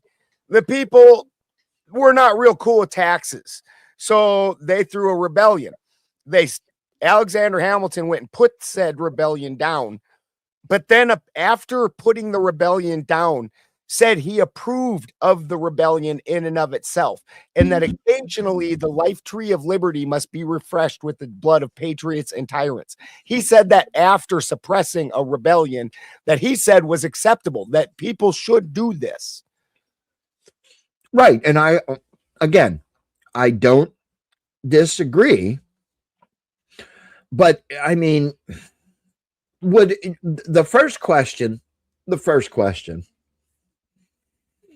with your scenario is, would I or my wife put myself into that position to where that would happen? The likelihood of that is no. Well, see, that was you just threw in you just threw in a ridiculous premise. And if it was, I would obviously resort to whatever means that I would see appropriate, up to lethal means to stop. So if you felt the things that you loved were in jeopardy, you would then decide now is the time. Correct. So now Joe's question is going to be, how are you not understanding that those people feel like this is what's happening to them?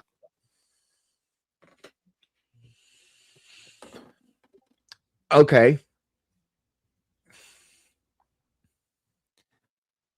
If we're talking about, see, it's a good question. It's a good question. It's a hard one too. It's a hard one. Right. But sane people would ask themselves, is the deportation of people that do not belong in this country worth that violence? It's not happening to me. But again, it's you also then need to understand that they see a total corruption and degradation of the government and violence toward people. And so this is what they're getting out of it. And you're trying to isolate it down to this one reasoning without looking at what they look at as a bigger picture. So I'm not saying you need to agree with their bigger picture, but if you want to pin down their motives, you need to look at it.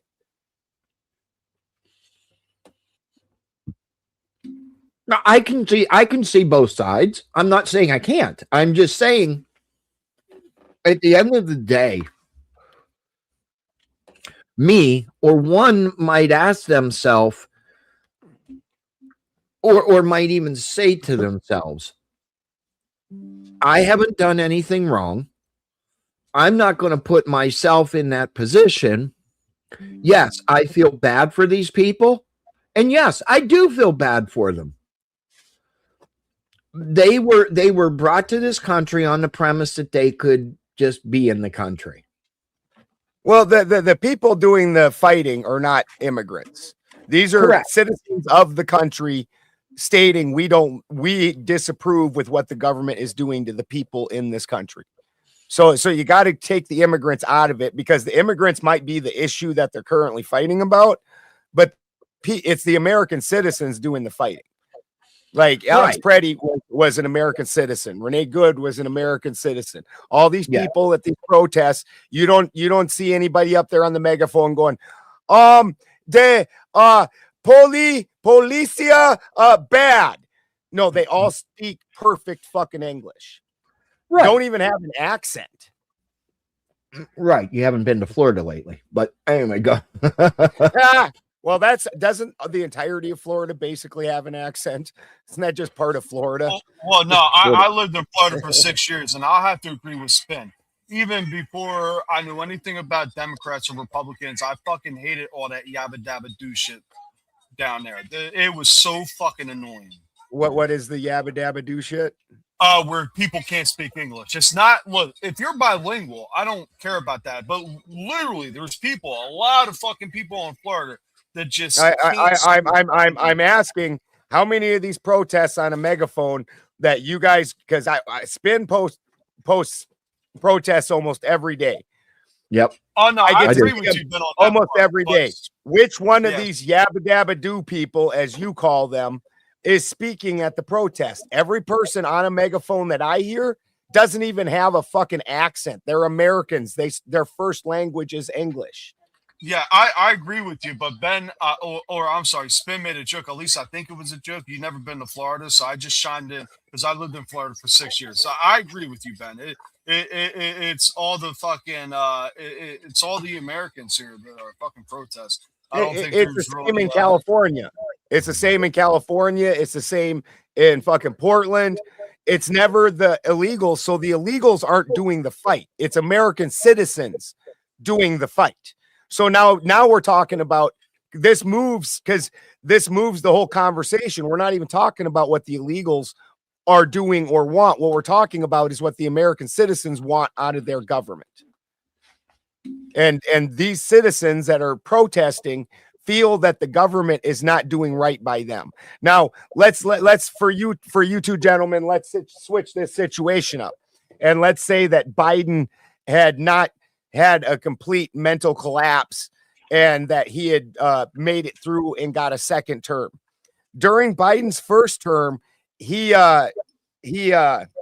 militarized some 3-letter agencies, including the EPA, the IRS, the FBI. He had the FBI going into school board meetings, and any parent that spoke out against like the homosexual propaganda that was in some of the books and things like that, and other problems that parents were having, and concerns, they were put on a terrorist watch list. Now and the EPA was going into people's properties where they had no right to go. There was a Senate hearing on this where the Senate hearing specifically said that the EPA has control of navigable waterways in this scenario.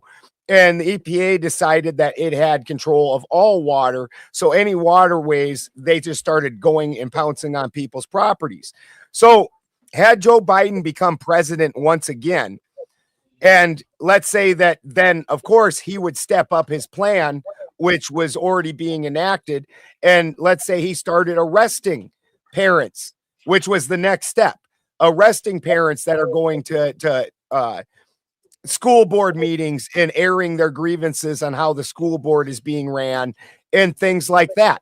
Would you at that point find the government tyrannical? And at that point, would you go and start taking some kind of action, be it protesting or whatever else, in order to show your displeasure at what the government was doing and tell them you need to start acting right. Well, I mean, I am about the First Amendment. And yes, I want to hold my government accountable for the wrongdoing or what I would consider wrongdoing. Yes, I cover a lot of things politically. And yes, I see very wrong things or I hear very wrong things, Ben. I mean, I've even said to you in other conversations elsewhere, hey, that ain't fucking right. You know, You definitely have. I agree. and I that's what agree. And I what we're agree saying that we need to hold the government accountable for their shortcomings or their wrongdoings. But I have to be remiss and say there is no reason for the violence. And people and innocent people getting hurt because of someone's need to have a violent protest, right? I mean, look, yeah. Well, most of us would agree with you on that, that's almost across the board, which is why there's this term called agent provocateur, where at these protests that are tense, typically the people don't want violence, but the government would like to start using some violence. So they will have an agent in there. Again, at January 6th, there was 200 agents in the crowd. So when that agent is the one who starts the violence, people are like fucking dogs. They really are. If It's a mob mentality. Yeah, it's a mob mentality. So if they get somebody to start the violence, knowing that now they're going to be able to unleash violence on the crowd and it's all going to get all bad. Sure. This is what we're talking about with this video this morning, because you can't look at that guy. Yes, he looks fucking dangerous. Yes, he looks crazy. But does he look like a fucking Biden lefty? Does he look like a dude that's fucking out with his blue hair, fucking flowers painted on his face and a rainbow shirt? Or did that look like one of the most militant motherfuckers you ever saw? He did look militant. Absolutely. Now the face tattoo, the United States military would not enter anybody into the United States military with a face tattoo. I'm not saying he can't be an NGO or whatever. Dude, it's not military, bro. You got to know that. That hasn't been the fact for years. They've hired mercenaries like fucking Blackwater for years to do their dirty work. Okay. Like when you see those guys even over in the theaters of war, and there's some dude with a beard that fucking looks like mine sitting there in normal and basically not military issue clothes, and he's telling you all about the military situation. He's not in the army, dude. He's a fucking mercenary. No, I get that. And I don't disagree. I mean, there is just in my opinion, there is just a lot of shady shit that happens, and on both sides or all sides, as a wise person last night said, there is a lot of shady things that happen. There are some that we don't even, and we will never know about, right? So could I sit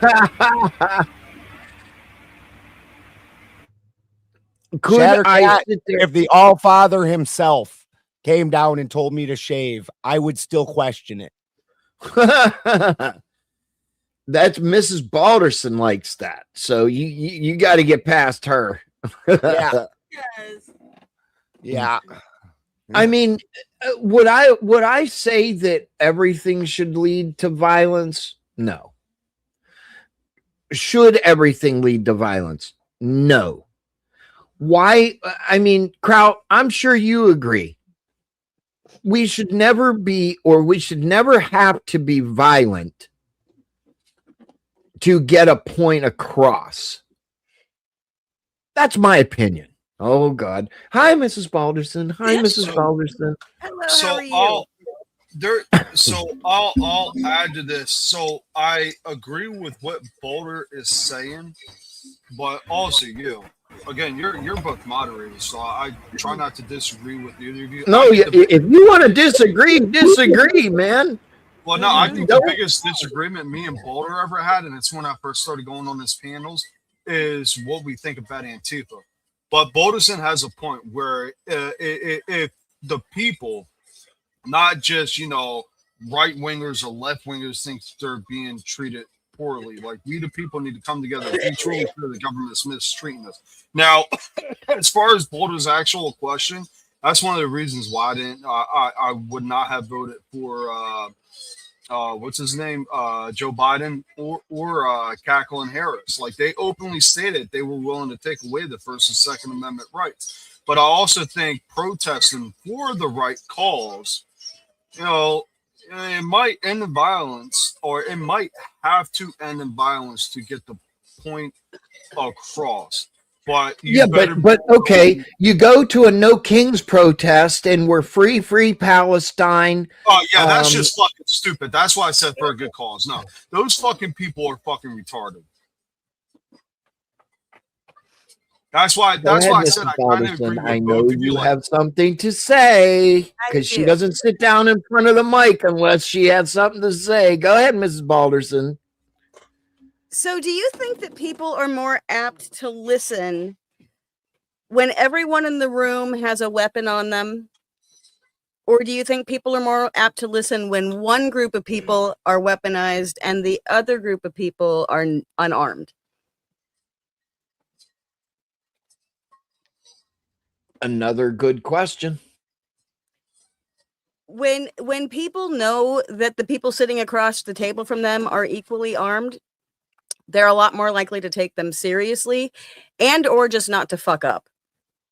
I may not agree with you, but I'm in your house and you've got weapons too, so maybe I'm just not going to fuck with you. And I think the point is that we're not supposed to necessarily be ready to get up in arms over stupid things that don't really matter. But the point is that our government is supposed to know that we are the boss, that we are supposed to have the same rights they do. Are there supposed to be rules? Yeah, because we all got to get along somehow. There needs to be some foundational rules. But how you doing, Mr. Boulder? What was that? No, I just said how you doing. I actually thought you were done. I was gonna say something. I thought you were done. I'm sorry. Oh, that's okay. But also I want you to think about, let's take England, for instance. They lost their gun rights. It's a lot different now to show up somewhere and voice your opinion against the police when they can arrest you now for your Facebook posts. You're not allowed to have a. That's the feeling of police. So if we're not allowed to at least have the threat of being able to stand up for ourselves, then we're just England. We might as well just give up our guns right now and say, you know what? We're not going to ever stand up for ourselves. That's wrong. We can't do violence. Violence is wrong. So, just take our guns now, just bend us over, do whatever you want, because we don't want to ever bring violence into complaining about what we want to see changed. Well, I'm not saying that there is not a violent aspect. I want to be very clear. What my advocation is stop it before it gets there. And stop what? The protest or the government? Stop the protest from getting violent. Okay, but the problem is the protest is existing to fight something the government is doing wrong. The issue isn't the protest. The issue is the government's doing something wrong. And until that gets fixed, there's always going to be protests. That's our job. Our job is to correct the government. Okay, but so all of us, hold on a minute. Hold on, Kraut. Let me talk to Mrs. Balderson a minute. If our friends, all of our friends from the Panelverse and whatever got together say there's 100 of us, Mhm. and we are out there holding the government accountable. Okay. And Sally from Antifa comes in with her 100, right? So now we got 200 people. Sally's group is the known violent ones. They are the ones or the agitators. And yes, I can say that they are a plant. They plant themselves into where they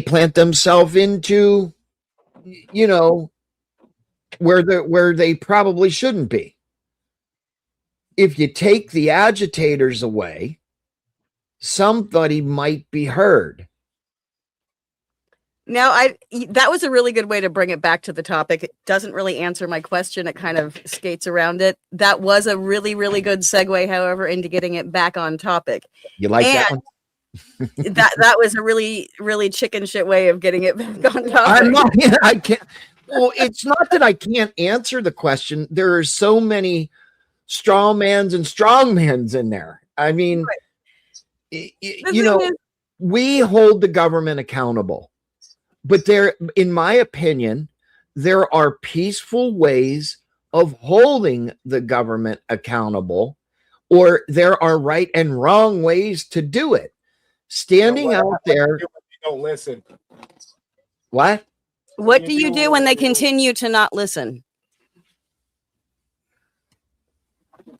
Do you just keep saying the same thing over and over? Like when you are disciplining your child and the thing you just tried didn't work, do you step it up the next time? Beat their ass. Take them in the back of the woodshed. Taking away your whatever, making you do extra dishes this week didn't change anything. I'm taking away your phone. That's probably going to make a bigger difference. Well, yeah. I mean, but I believe in spare the rod, spoil the child. I do not feel that I mean, obviously violence is the last resort. I mean, that's the final and last resort to resolve, right? But I believe that there are other ways that are not being explored, and it all resorts, no matter what it is, into violence. And Doll 76 over on Rumble says, but half the country doesn't think the government is doing something wrong. And I don't disagree with that statement either. Half the country doesn't want to know, and they will continue to turn their eye. They will not look at it no matter what. And that's always the case, because people just want to get along and live their fucking lives. They just want to live a good life and be left alone by people who make them look at uncomfortable things, and by the government. They just want to be left alone. And tell people the problem is that right now we're at a point where certain splintered off groups they're feeling the crunch.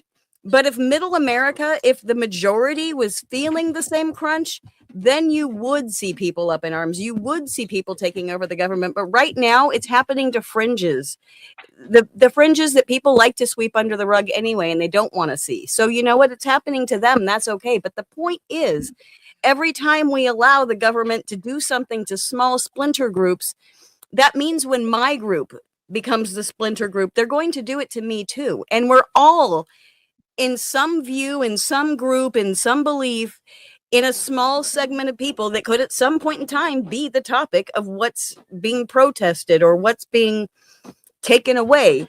If we're allowing our government to turn government provocateurs against people who are just trying to use their voice, it could happen to anyone. If it could happen to that group of people. Okay, well, let me ask you this, Mrs. Balderson. Are these groups, or would you agree that these groups are self-advocated to be those groups that are causing the violence? No. They're funded. They're organized and they're funded. Okay, well, is $250 worth a criminal record to you? To me, no. But I'm not Okay. their target. You know, we all have different prices. We all have different needs. For some people who just want to live a very specific lifestyle, $250, you're going to take me somewhere and I get to misbehave all day. Awesome. Okay, and I will correlate that to the mob mentality. I will Yes, Ben. correlate that to people putting experimental medications in their bodies for a Krispy Kreme donut, which we saw happen lots in 2020. Well, yes, that's absolutely true, Ben. I don't disagree. But I take it back to the mob mentality, or the mental, maybe the mentally ill, and you know, maybe they want to go for steak and lobster that night, right? You know, Maybe if they go to jail that night, they've already been promised they'll get bailed out. Plus, they're getting 3 hots in a cot. And maybe they weren't going to be sleeping in a bed tonight. And maybe they don't care about being in jail. Maybe they just really don't care. Right. Well, I mean, like us on this panel care if we're in jail, right? Absolutely. So I say this. It's irritating for me to think, and I've given it a lot of thought after watching all this for the last year, 2 years, whatever it's been, right? Why are so many that may or may not be paid to be there so willing to go to jail or have a criminal record?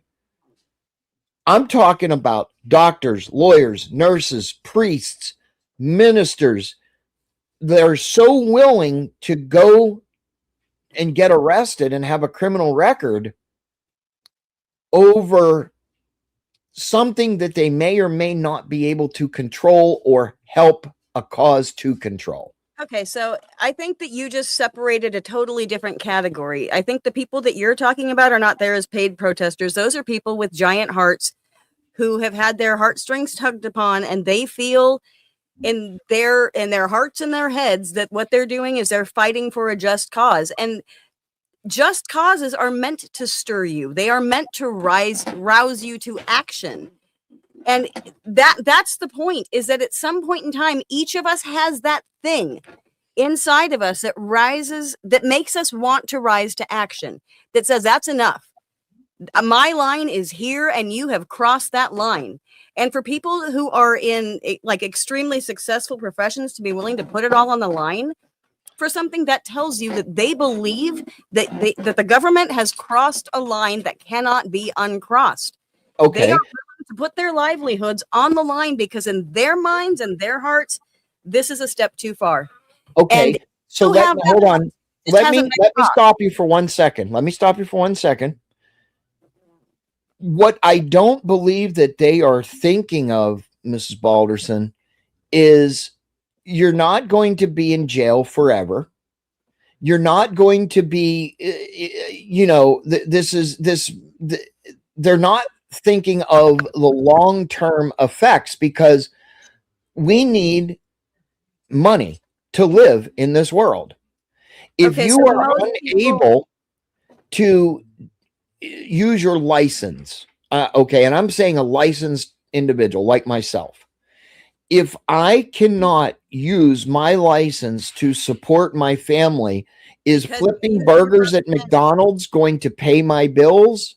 You know what? But you're okay. You're right, and you're talking about a very real situation. But what you're missing is the whole point, which is that for using your First Amendment right, you lose the ability to practice your profession. The system is fucking broken.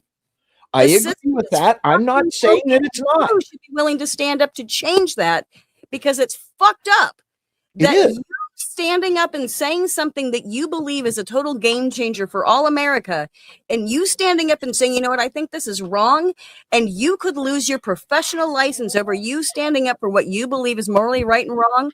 That's fucked up. And you going, let me kiss your boot, government, is even more fucked up.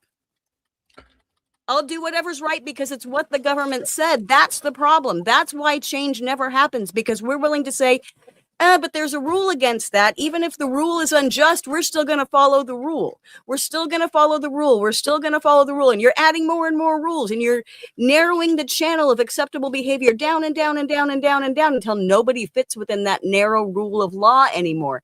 And you're saying, just tell me where to walk. Just tell me where to walk. Stop asking for permission about where you can walk, and walk where your free ass knows it needs to go. I agree. And we are getting raided over on Rumble from Handy News. Welcome in, Raiders. We much appreciate you for coming in. Let's see if we get it over on Pilled. That would be a double-barreled raid over on Pilled from the Handy News Network. Anyway, I apologize, Mrs. Balderson. Hey, Spank, can I say something real quick to Cameron? Because he just said some crazy stuff. Cameron said that Kamala and Biden never said they wanted to take away your first and second. He claimed he literally just checked it. Yeah, you need to check that shit again, bro. You need to check it again, bro. You just, and we're getting that raid over on pilled.net. Another double-barreled raid from the Handy News Network. Welcome in, Raiders. We much appreciate you. Boulderson, it was nice meeting your wife. She seems as intelligent as you are. That sounds like a condescending statement. It's really not. I genuinely mean that statement. No. Thank you. I appreciate it, and I took it as a compliment. Yeah, no, sometimes I can come off condescending because I'm told I have a very, mellow tone about me. So when I said it out loud, it kind of sounded condescending. But no, I genuinely mean that. It's like the discussion me, you, and Sandra were having last night when I was confused in certain aspects of Norway and the Germanic tribes and all that. I got to look that dude up you gave me. But I just want to say two things real quick.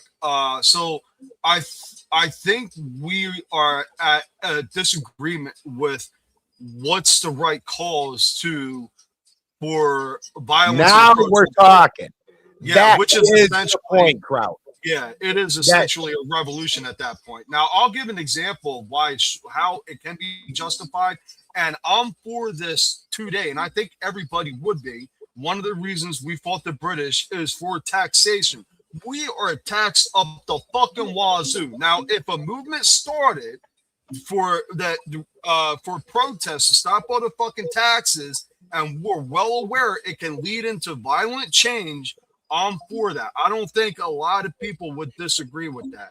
But like you said, Boulder, like I just stated, I think the disagreement with the protest for illegal immigrants or immigrants overstayed their visa, I think that's what a disconnect is.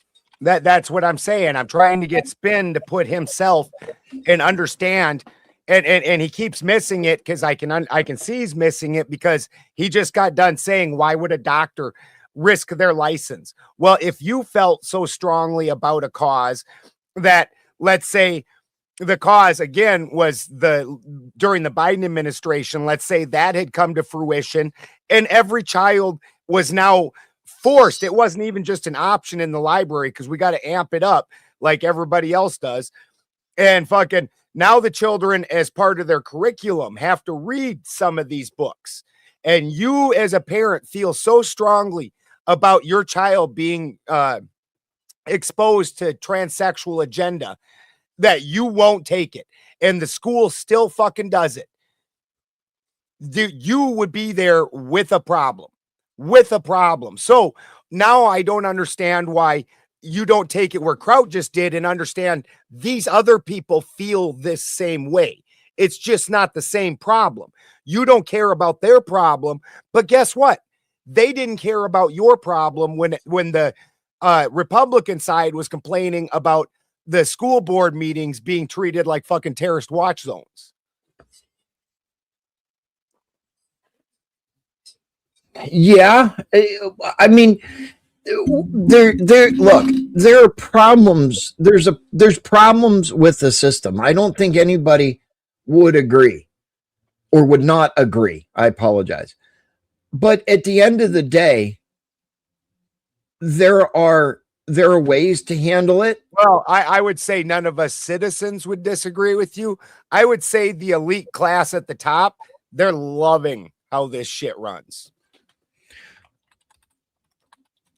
I think Yeah. there might be a way to combat this, and I might be wrong, but think of it. I think all three of us are well aware of how collective bargaining agreements happen at a union job, where if they don't like the outcome, they all go on strike, and then people can't buy their food at that grocery store, or the building doesn't, get finished. And now that company that had, the fucking airport or the ShopRite grocery store ain't making money. So now they are forced to come up with a better collective bargaining agreement for the workers, and then they can open the doors again. The workers are there to help out. I don't know if that can correlate to the government. It correlates very well. That's a protest that those workers did, saying we won't work under these conditions and you won't make money. And fucking that. But in that protest situation, the workers always had some kind of leverage.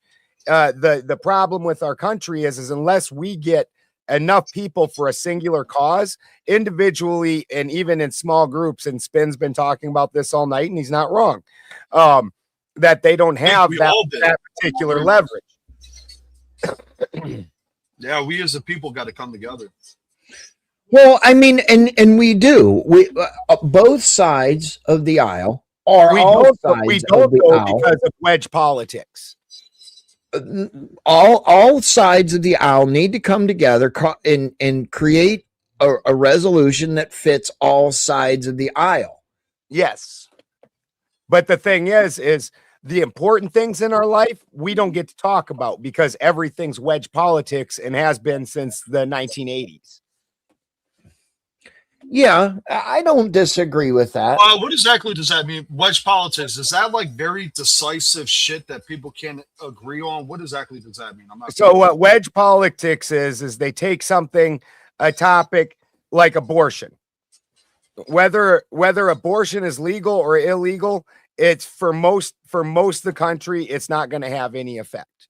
The very small percentage of people ever get an abortion. So there's no coming together to stop and fight against. Well, so what, instead of talking about an issue like the government overtaxing us, they throw out an issue like abortion, and now half the country is very pro-abortion, half the country is very anti-abortion.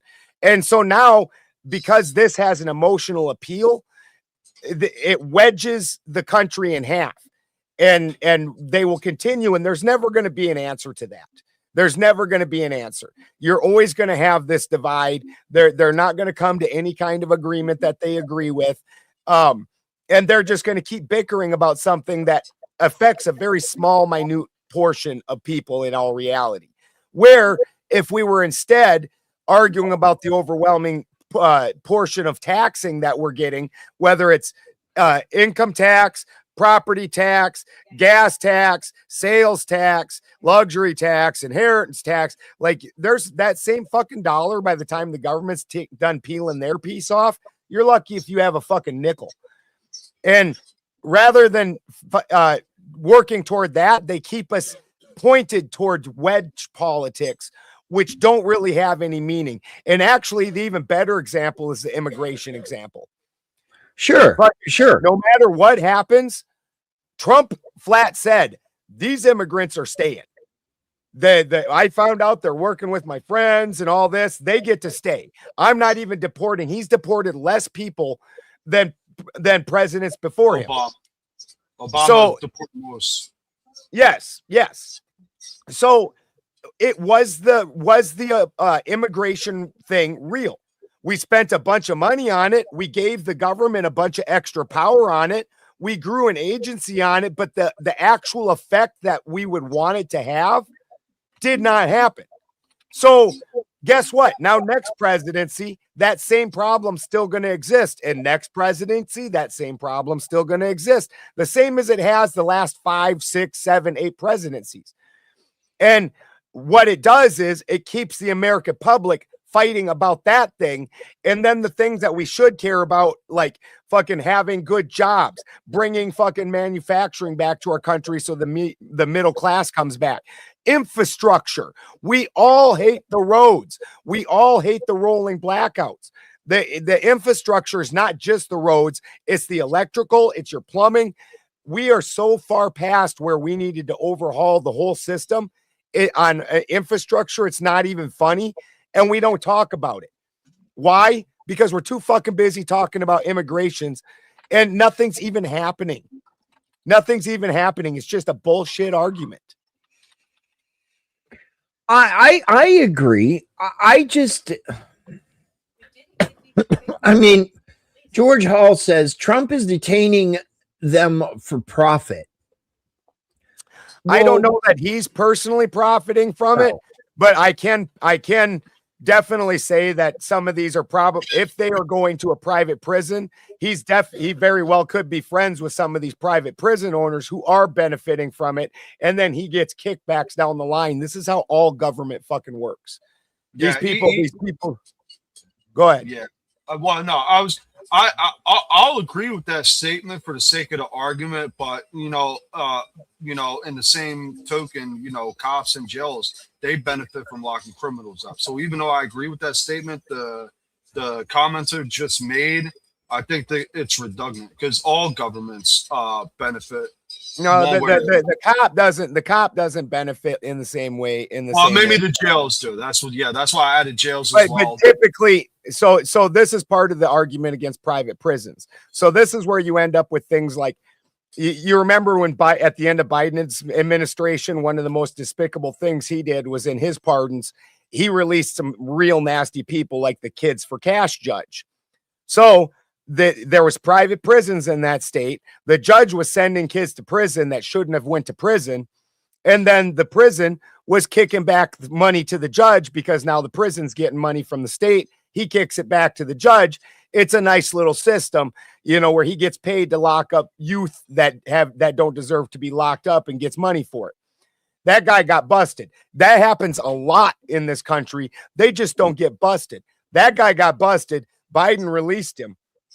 But this is the whole system that we're talking about, where because of the profits that are made by the people in charge, and they don't care about you, dude.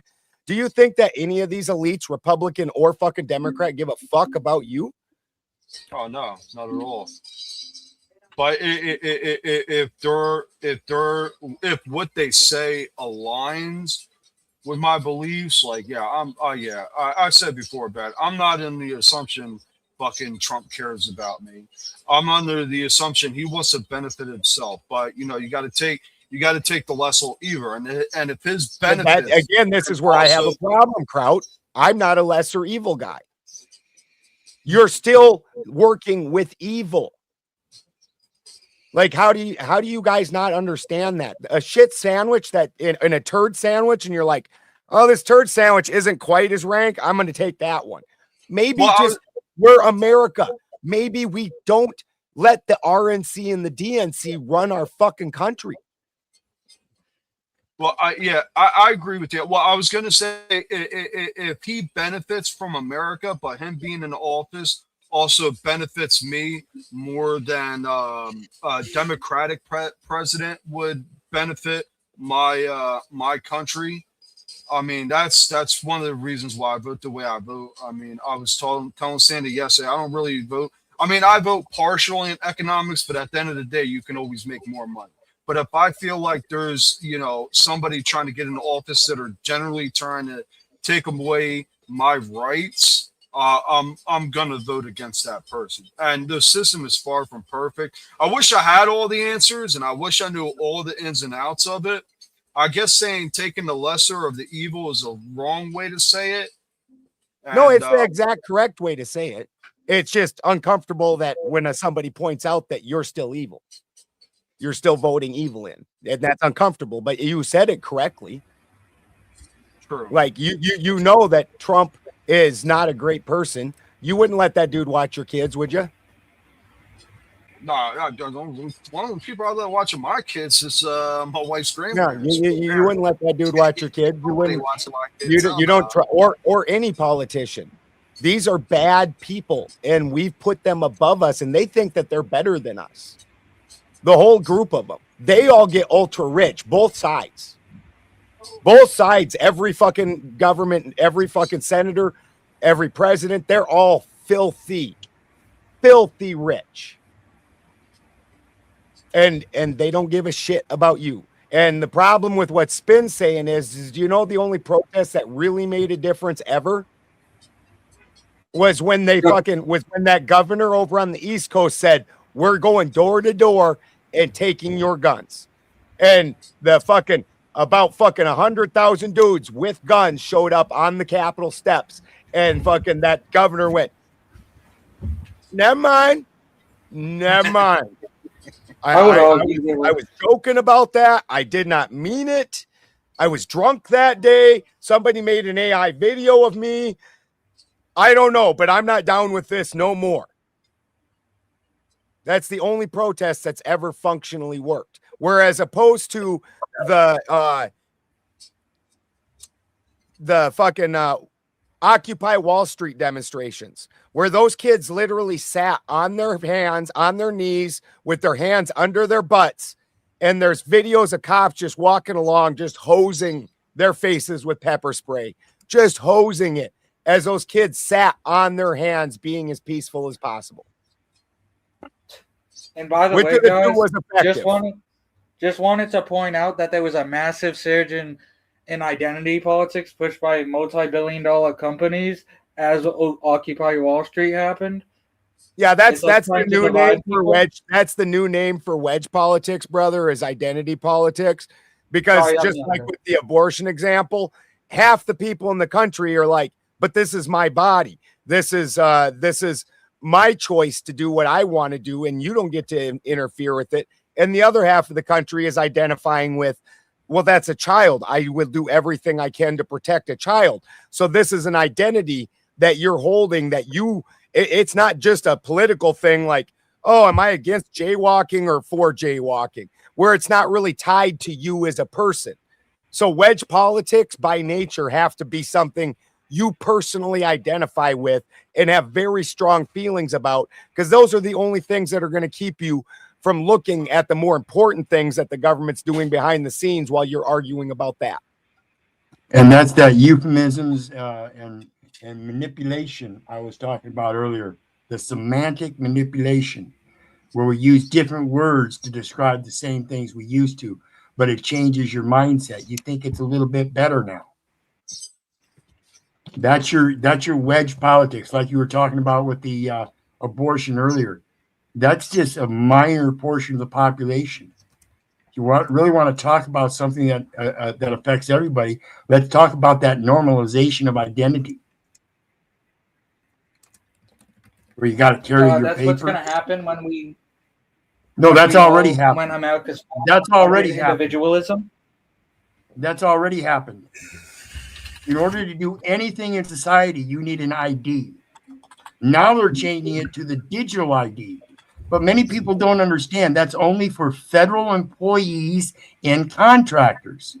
And everybody's running out to get this digital ID, not understanding that. You yourself, if you are not a federal employee or have a direct contract with the federal government, you are not required.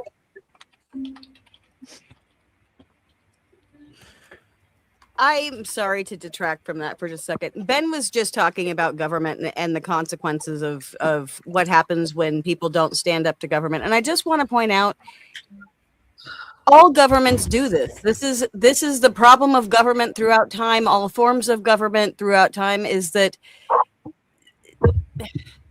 their job is to control us in whatever means they can. That is just the nature of the way things work. Sometimes they're going to lead us in directions that we agree with, that are for our better good, and sometimes they're not. And it's up to us to be responsible and keep up on things and make sure that we are doing what we believe in our hearts is right, because all we can control is what we can control, which is typically just our own lives.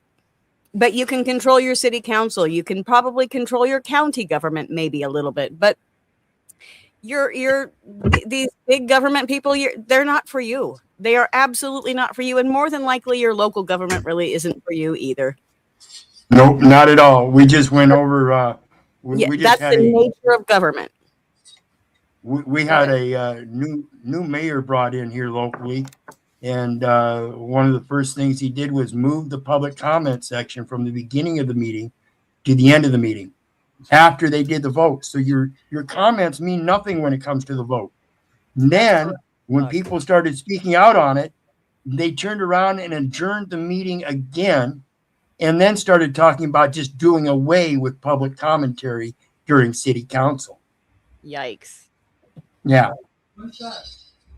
And that's with a guy like me that goes in and I am the bad guy. And I go to these city council meetings and I go to court and I wear this short mustache and I let them know, last I knew, we don't allow Hitler's willing executioners in our buildings.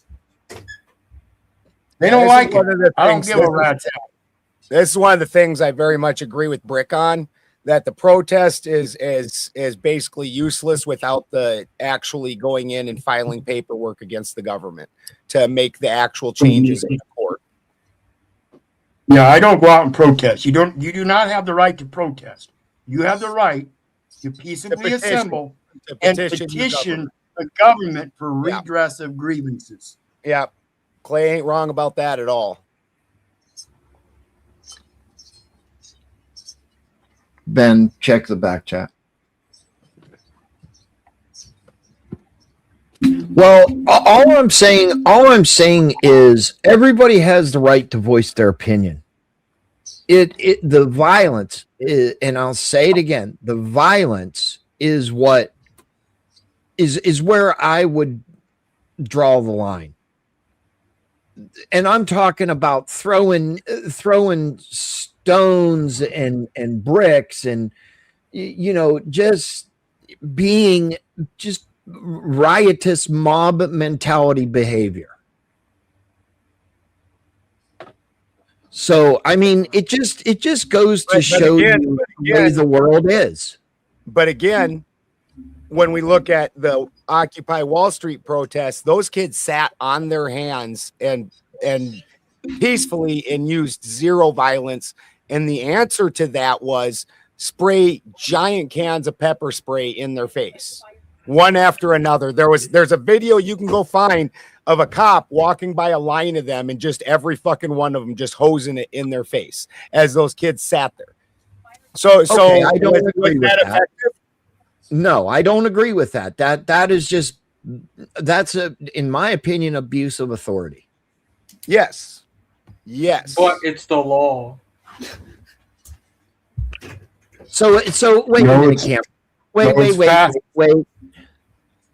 You're saying it's the law for that officer to go by with people sitting on their hands doing really nothing and just spraying them in the face? That's the most asinine thing I think I've ever heard you say. I think he was being what's the word, like sarcastic, facetious, yeah, sarcastic. I couldn't tell though. I don't really know Cameron, so I don't know his political views like that. People have said wilder shit. Oh, I know people have said some wild shit, but I mean, that's just crazy to think that somebody would even make that comment. And it's not the law. Well, I mean, why weren't they punished then? What? Why weren't the cops punished then? If it was against the law, then they broke the law. Why were the cops not punished? Those officers weren't punished. Well, this is something that Balder brought up before. A couple of weeks ago, we were on a panel that what's it called? Diplomatic immunity for cops. That needs to be fucking going. No, away. it's called qualified immunity. Qualified immunity. Diplomatic immunity is for a motherfucker from overseas, right? Okay, I know. Yeah. I know I was fucking that up. Yeah, that, and if the cops do fuck up, the cost damages. Most of the time, it's taken out of taxpayer money. Take it out of their fucking pension, and I bet they'll straighten up real fucking quick. That's what I'm talking about. And I'm for the police, but I can criticize them on this shit that they be doing. Well, anybody can criticize what the police are doing. True, but most liberals will say defund the fucking police. Okay, I don't think most. I think that definitely was a group, very misinformed group. But I don't think that was the majority. I think the majority, most people like being able to call cops and have right. cops deal with their problem. You're right, Boulder. And I'll say this real quick. I actually have one biased view, and it is against liberals. I treat all liberals, especially far left liberals, the same. It's a flaw in me, but man, the far left liberals have just put a nasty fucking taste in my mouth. And no matter how much fucking beer I drink, I can't get it out. Yeah, no, they're crazy for sure, but this is part of why they're the only ones that are put out on the media. So you got to understand that the media is the propaganda wing of the government. And fucking, so you get these far leftists that are just absolutely crazy, but how many of them do you know? Personally, I actually know two. And without really telling the stories. You see what I'm saying? What now? How big is that percentage of the people in your life? 0.00001% probably. Right. So why is the people I know? It's probably 0.2%, but in the whole United States, it's like 10 zeros 1. 100% over the United States. You can get together groups of these people that's fairly large, but you can get a fairly large group of people who fucking think Elf was an actual alien that was fucking that like you can get a lot over the whole 380 million people in this country. You can get some wildly, dude. Out of 380 million people, what would that be? 10 million per 300 or 100. So 30 million. 38 million people, give or take, believe chocolate milk came from brown cows. That's fucking wild. That's fucking wild. But you wouldn't put those people on TV and expect that they represent the general populace, right? True. No. But this is what media is doing, is the people that are the wildest and stupidest on the far right, they splash everywhere. The wildest and stupid people on the far left, they splash everywhere. I've never personally seen a tranny reading hour where some guy dressed up as a fucking stripper is trying to read books to a little kids with his junk hanging out. I've never seen it. Boulder. I've also never seen a KKK rally.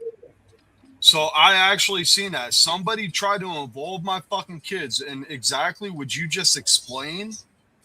And yeah, and I wasn't going for that. That's all I can say on that subject. And I was fucking bewildered too, because they did not strike me as that type of person. But hell fucking no. They try to invite my kids to that situation that you just explained. Nah, fuck out of here with that nonsense. I understand, again, a very small percentage, but I also live in Jersey. That shit happened in like 5 different places in the whole country. Minuscule. Also, have you been to a KKK rally? Is the KKK wandering around your neighborhood causing problems? No, but there are some racist cities in Jersey. Right. There are a couple people. But is this an overwhelming problem, or is the media focusing on the craziest fucks around? The craziest fucks. Oh yeah. I don't look. I'm not disagreeing with anything anybody's saying. It just makes you wonder what is the government going to get away with next? Yep. And it's going to be bad because they've got people down to like, what is it? Like a 15-second attention span? Yeah, pretty much. I'm sorry. We got the attention span of fucking Dory from fucking Saving Nemo as a populace at this point, or Finding Nemo. Yeah.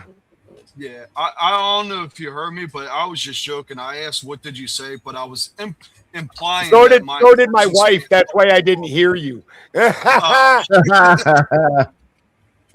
Well, that's hilarious.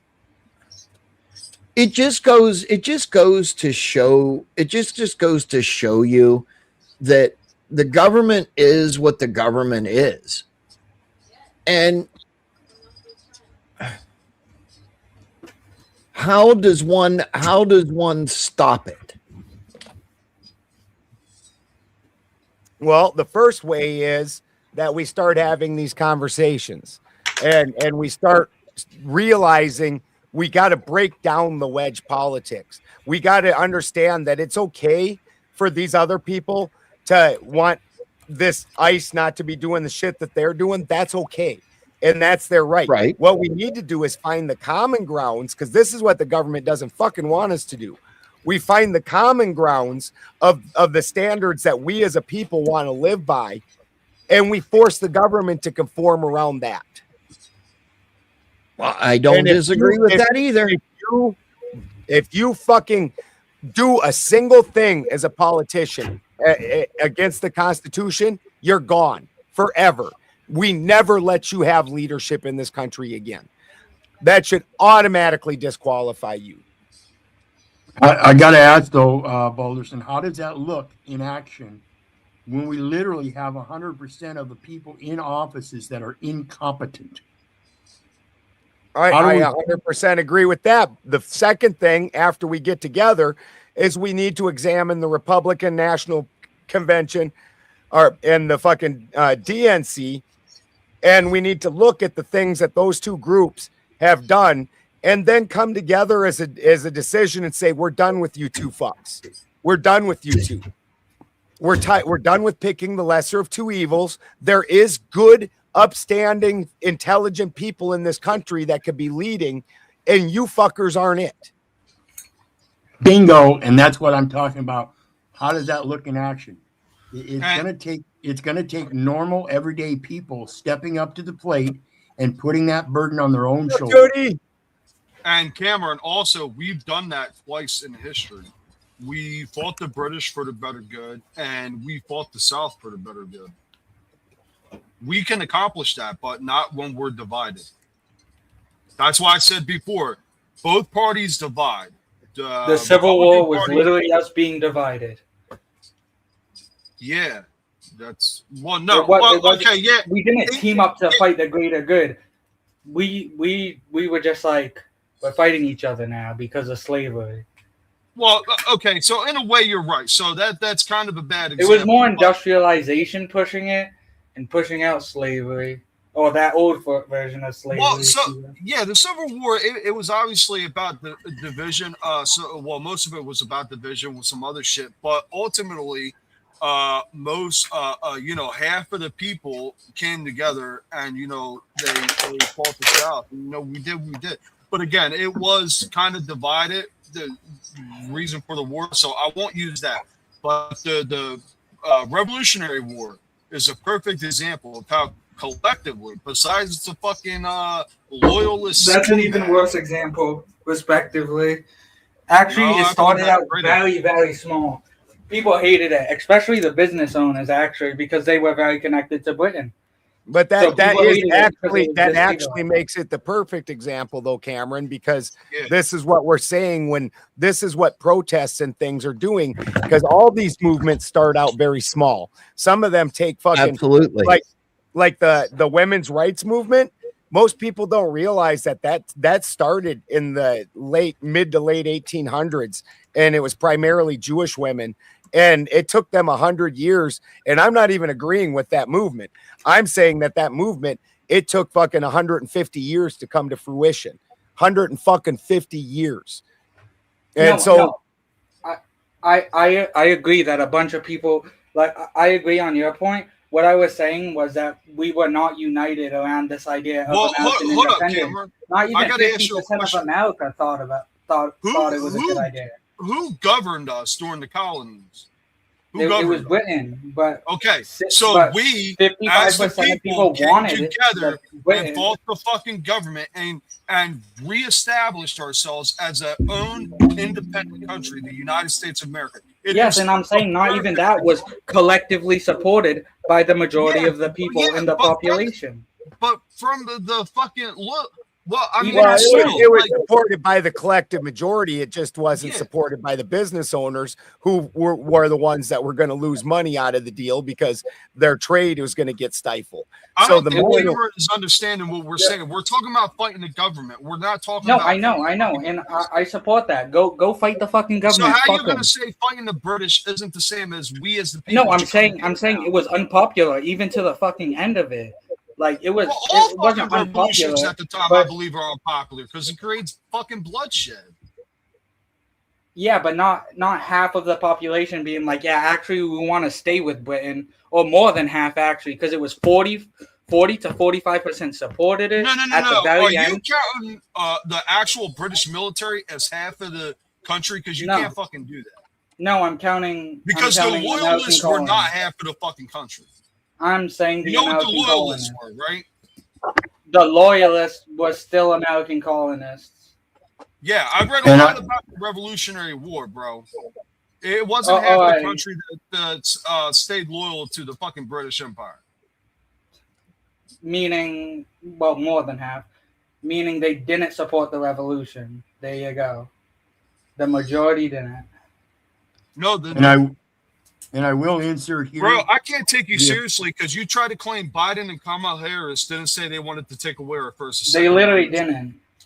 They literally didn't. historians, I looked this up. Historians estimate that about 15% to 20% of the white colonial population actively opposed the American Revolution, remaining loyal Boom. to the That's British not crown. half the fucking population. Sorry to cut you off, Balder, but the dude thinking he knows something when he doesn't, bro.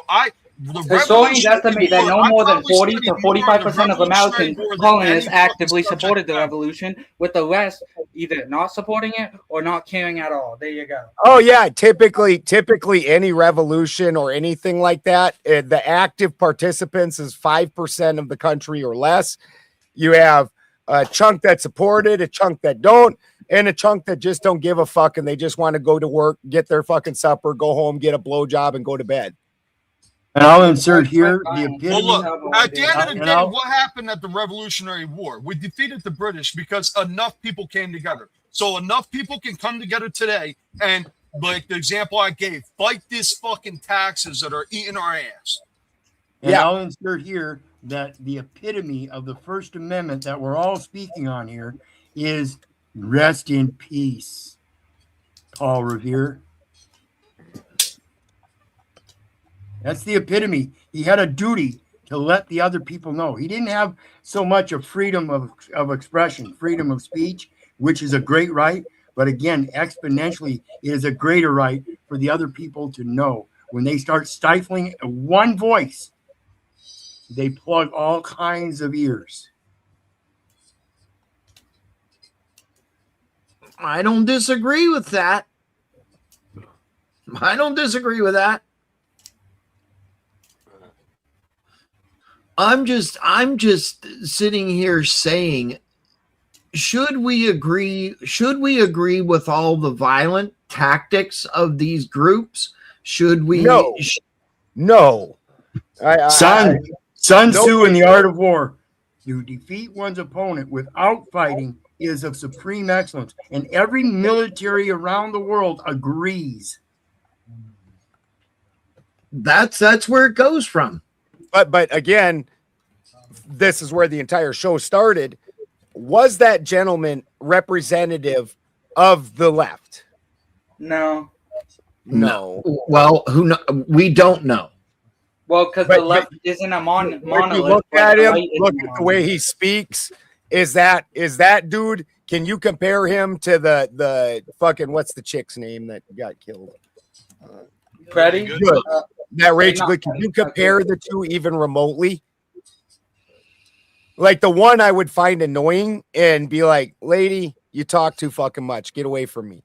That dude was seriously scary and nothing like any of the fucking political protesters I've ever seen. If you were to walk down your neighborhood, I'm sure that there are some liberals there. Do you think that if you were to walk in their houses, they are him? Do you think he represents the majority of the liberal people in your life that you know? Not even close. Okay. I mean, that's why I said, like, neither side are a monolith. That's why no one can, like, perfectly encapsulate what one side wants or what the other side wants or whatever, you know? They're not monoliths, like, not singular pieces of thought. Even like how the left wants like a collective or whatever, it's still not a monolith of thought on what that collective would be surrounded by on certain parts. You know, there's like parts where it's like, oh well, we gotta defend life, I guess. Well, I mean, do we want all of the tension, all of the bullshit that is going on in the country? The answer is no. No, absolutely not. What we really want is the country to function right. What we really want is the country to function right. We don't want the bullshit the government's doing to us either is the problem. Okay. I can get with that. Like certainly 95% of the people in the country want to go to work, make some money, enough money to fucking get themselves some extra nicey things, go home, get a BJ, eat some supper and go to bed and be able to reliably do that every day and not fear for their lives, whether from starvation or abuse or whatever. That's what most people want, period. Okay. I can get I with love that. those material conditions. I think everyone on Earth should have those. Which is why the bread and circuses come. Which is why the bread and circuses thing becomes a thing. This is the thing that we see at the fall of every empire, where they start giving people these shit and things that make them overlook that their life is crap, that their entire system is falling apart around them, that the people running the show are horribly corrupt and ruining their lives. And so then they give them the bread and circuses, the Roman Colosseum, you know? Sure.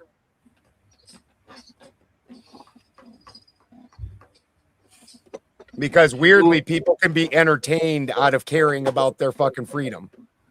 And I hope it goes beyond saying and having to draw the parallel, but the bread and circuses, the circus is literally the WWE on the White House lawn. That is the epitome of the circus in bread and circuses. It was a damn fine circus too. Well, I would say the motorcycles too. The motorcycles too, like doing the flips and shit. Sorry, on the White House lawn. We didn't see that part, but either way, it was a fantastic circus. Can I send you really like was. a clip of it? Well, I think, Boulder, forgive me if you already made this point, but it literally came out of the straight out of the Roman Empire when several Romans realized they were fucking up and the people started hating them. So they're like, you know what? Let's have some people fight in the Colosseum.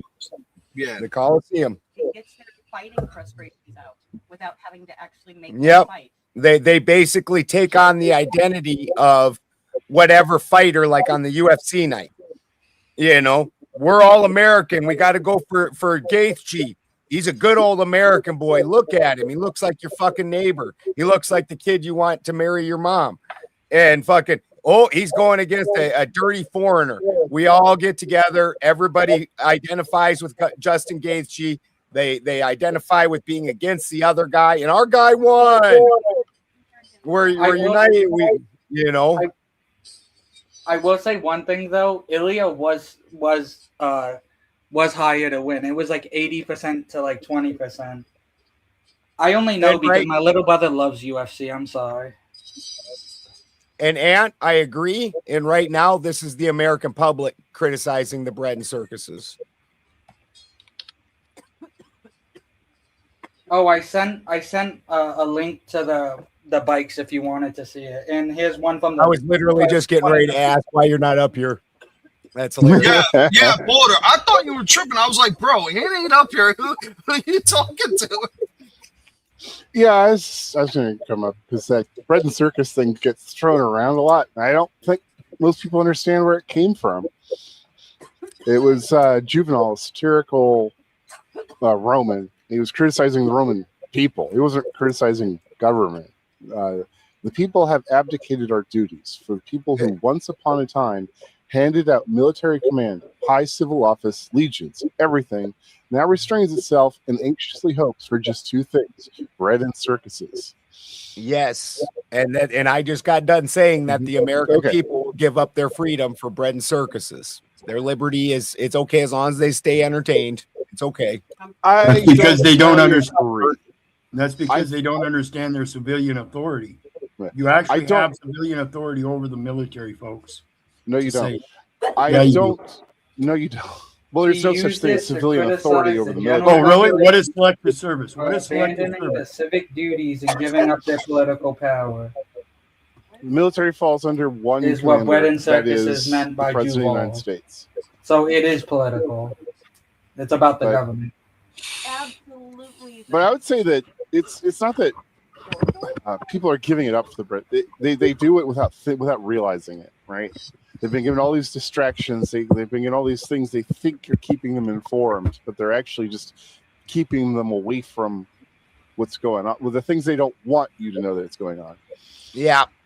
Yeah, that's that comfort is such a wicked strong weapon that even what was it, King Philip? It was King Philip that built Versailles, and King Philip had basically no power unto himself when he started, and he bathed the royalty, the other royalty, with comfort to the point where they wouldn't fight back, and this is how he got and maintained power by flooding them with such luxury that they wouldn't fight.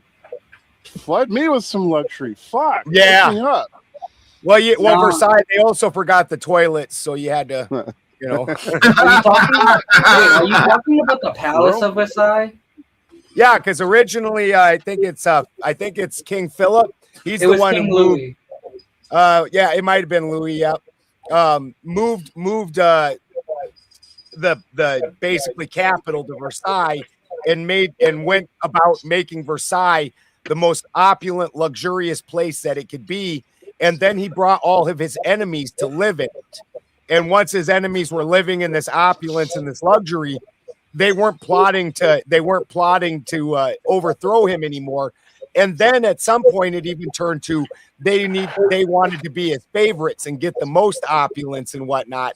So now, rather than seeking to overthrow this king that originally started with almost no power unto himself and was going to be a puppet, was now getting people to fawn on him in order to receive more opulence and popularity. Oh, guys! By the way, this I'm sure you all know, but the palace was so extravagant that it nearly bankrupted France. Yep. Mm-hmm. And they didn't even put toilets in. But to be fair, like even just looking at photos of it, it is goddamn beautiful. Like I'll give him that. Yeah. It was a brilliant plan, and it's a plan that I equate into the couch. The When couch was this built? that I think that was in the 1800s. Okay. So it might have been late 17. I fucking watch and read too many fucking history things. It starts mushing together. But I equate that into the couch.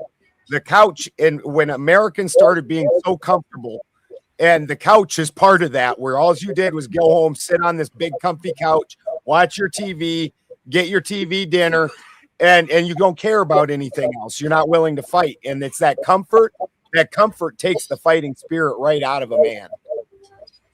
He started it in 1661, by the way. Well, that's why there's no toilets. Off by a couple hundred years. No, no, there was toilets at the time. It wasn't running water toilets, but they literally didn't put any sewage system at all into that palace, and you had to leave the palace with your fucking with your shit and piss literally, and leave the palace with it, take it out of the palace, and it caused all kinds of problems. It was hilarious. I can understand why they overthrew the French monarchy, though. That stuff like that would piss me off. Well, That's not why they overthrew him. No, well, it was extravagance while they were living in pure poverty, and it was Well, all about it was actually enlightenment kind ideas. of fake bullshit. This is why they overthrew it. The French Revolution is a because they direct were mad result about of the the massive American wealth Revolution. disparity.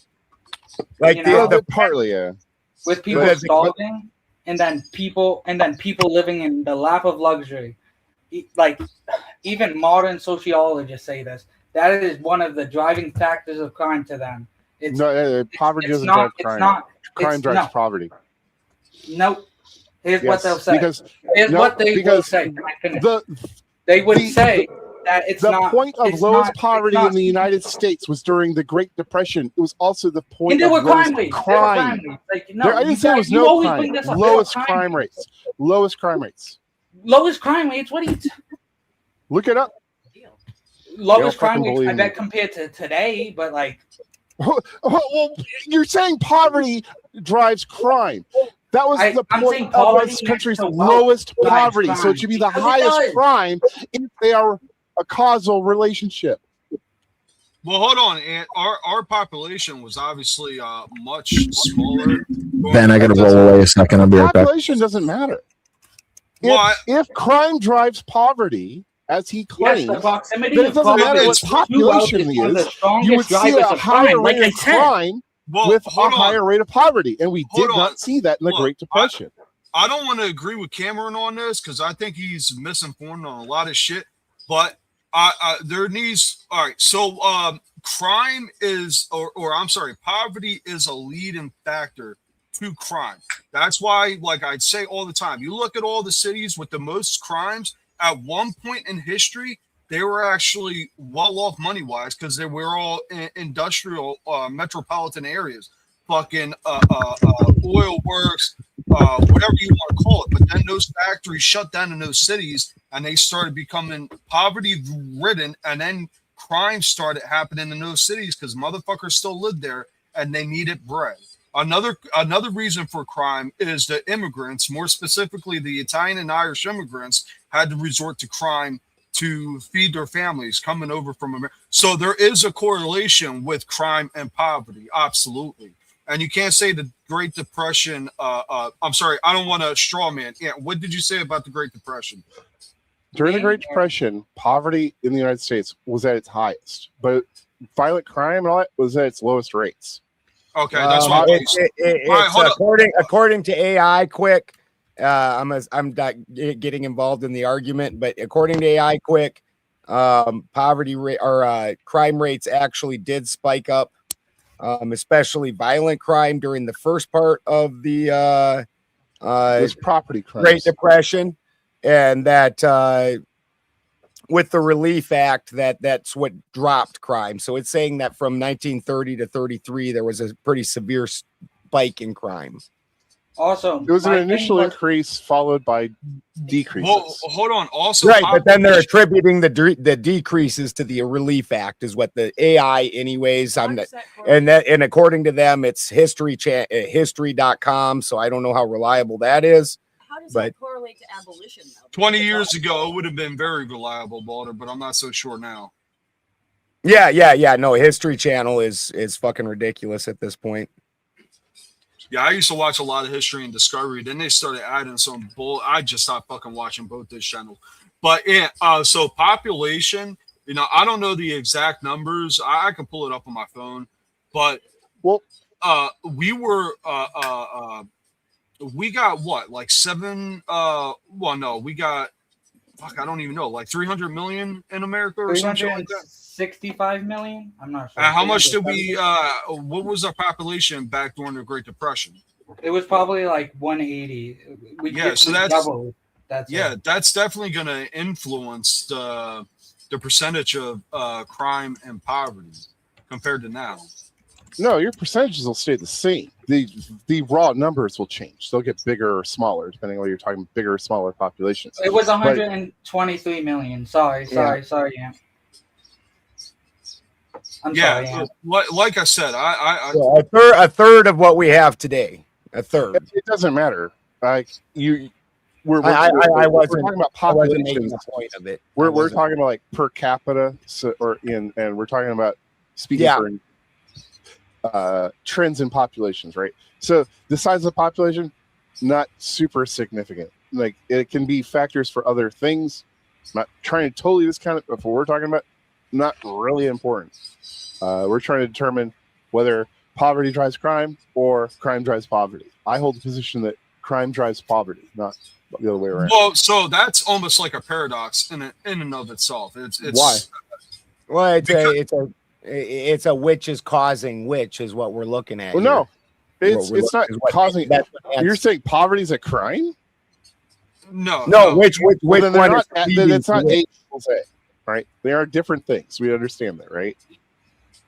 So what came first, poverty or that's what I mean by it's kind of like a paradox. I couldn't tell you. I mean, I imagine somebody probably snitched a grape from their cousin while they were out foraging long ago. And it was probably like the first case of theft. But yes. I can't answer that question. Yeah, so I'm not sitting here and saying it's like the grandfather paradox, but it is in a way a paradox because there's no clear-cut answer. What came first, the chicken or the egg type deal? You know what I mean? Well, I mean, it's not a paradox. It's just how do I answer? Well, you yourself couldn't. Where do I get the evidence from? It's probably not a falsifiable.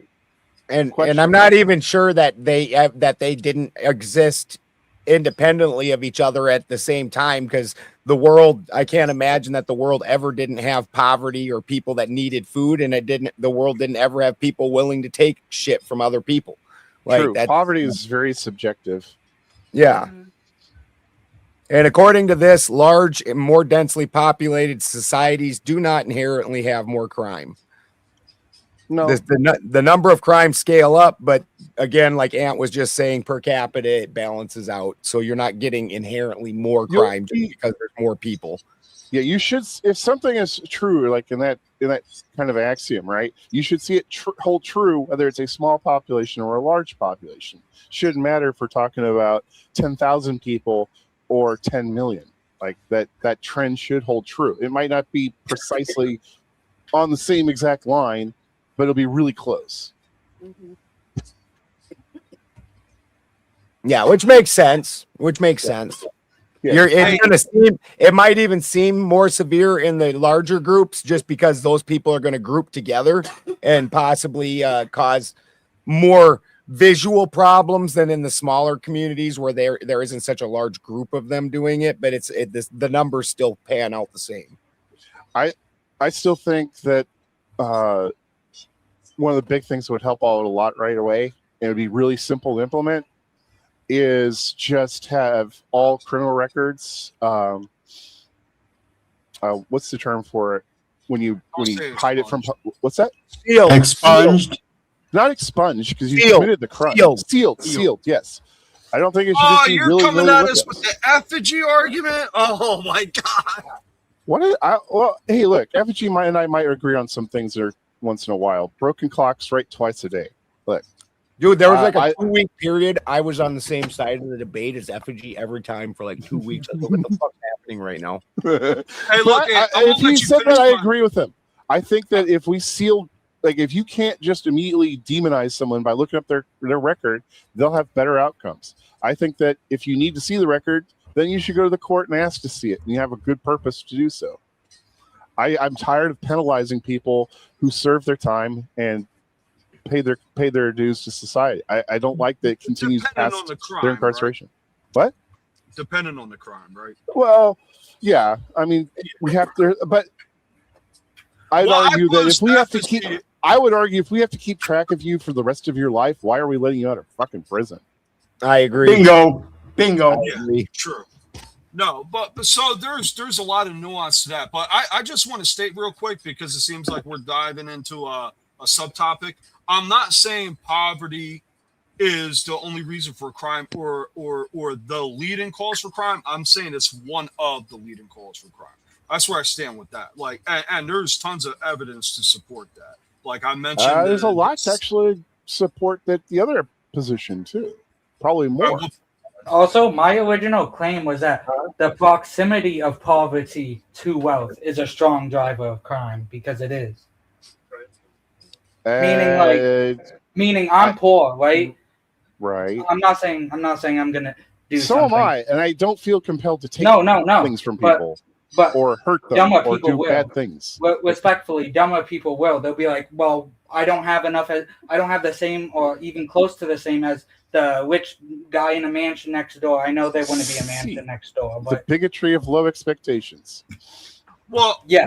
They're poor, so can't trust them. They might see you have something nice and want to take it from you because they're dumb. No, I mean, Come it's a on. documented fact. I can send you links. Well, I think most. I mean, I violent guess in crime- my life experience, it's honestly been the opposite. And the person I expect to rip me off is usually the person that's got more wealth. And typically, most of the poor people I know, tweakers being the exception, but most of your poor people around here, they're the ones that are going to give you you need something, they'll give it right off their back. That's not what I was saying. I was just saying, like, for people that do commit crime, being close to really rich people while you're really poor will increase your chance of committing crime. Like, statistically, your You're chance saying of a wealth disparity in their very personal neighborhood. in Well, their look, I personal neighborhoods, yes. I think I if we see. all just blame the Jews, we can come to an agreement on this. Just blame the I Jews. don't support blaming any specific group. I I hate blame the elite. characterizing entire groups like that. No, I I'm blame joking, the- man. I'm joking. Look, you know, I know. I I haven't woke up yet. I'm sorry. I need to make my coffee. Yeah, man. Caffeine's the way to go, brother. I drink Monster's Pipeline Punch all day long. I don't do Monster anymore. I did that a lot when I was in the military. One, I don't like the Oh shit, you basic served? Monster formula. Yeah, I was in the Army I served active duty from 2007 to 2014. Got out, transferred to reserves, and I did that for another 6 years. Well, thank you for your service. Yeah, I would have served, but I got hit by a car like 2 months before I got all my papers, and now I can't really run right. One of the reasons, Boulder, when we watched that match, I mentioned how I used to do boxing years ago. That's one of the reasons why I don't do that shit no more. Because getting hit by that car fucked my whole life up. I mean, hey, I wouldn't have had my 3 kids, though. If I would have joined the military, I wouldn't have my 3 beautiful kids. So at the end of the day, I'm glad the motherfucker hit me. I got a nice little family. You probably still have 3 kids. They'd just be in different countries. Oh, dear God. Oh, I did want to say, though, Kraut, be careful, because I know this is just like random, but my mom's friend, not my mom's friend, my friend's mom, she used to chug Monsters and smoke cigarettes, and it made I forgot what it did especially, but it was so bad for her, it made a hole in her heart. No, I Like, got it you. was- So I actually stopped smoking. I'm on my 7th day now, but I definitely got it cut out the caffeine. But anytime I go to a hospital visit to get checked out or whatever, my heart and oxygen levels are always clean. There's nothing ever wrong with me. No, I know. I was just My saying- job is very active, so I think that if I was Actually- at a computer all day, doing insurance claims or some bullshit like that, I'd probably be fucking dead by now. But because my life has always been very physically demanded, I think that fucking is basically saving my fucking life and counterbalancing whatever fucking shit I did in the past, like smoking cigarettes or consuming all the fucking caffeine I drink. I mean, I will give you that when I was in the Army myself, that was the worst I ever ate. Like, it didn't matter what you shoved in your mouth, you just ate it. And fucking, you worked out. Like, I was in the Army in the fucking 92 to 98. And fucking, when you're out there running and doing push-ups all damn day, it don't matter what you eat. It don't seem to.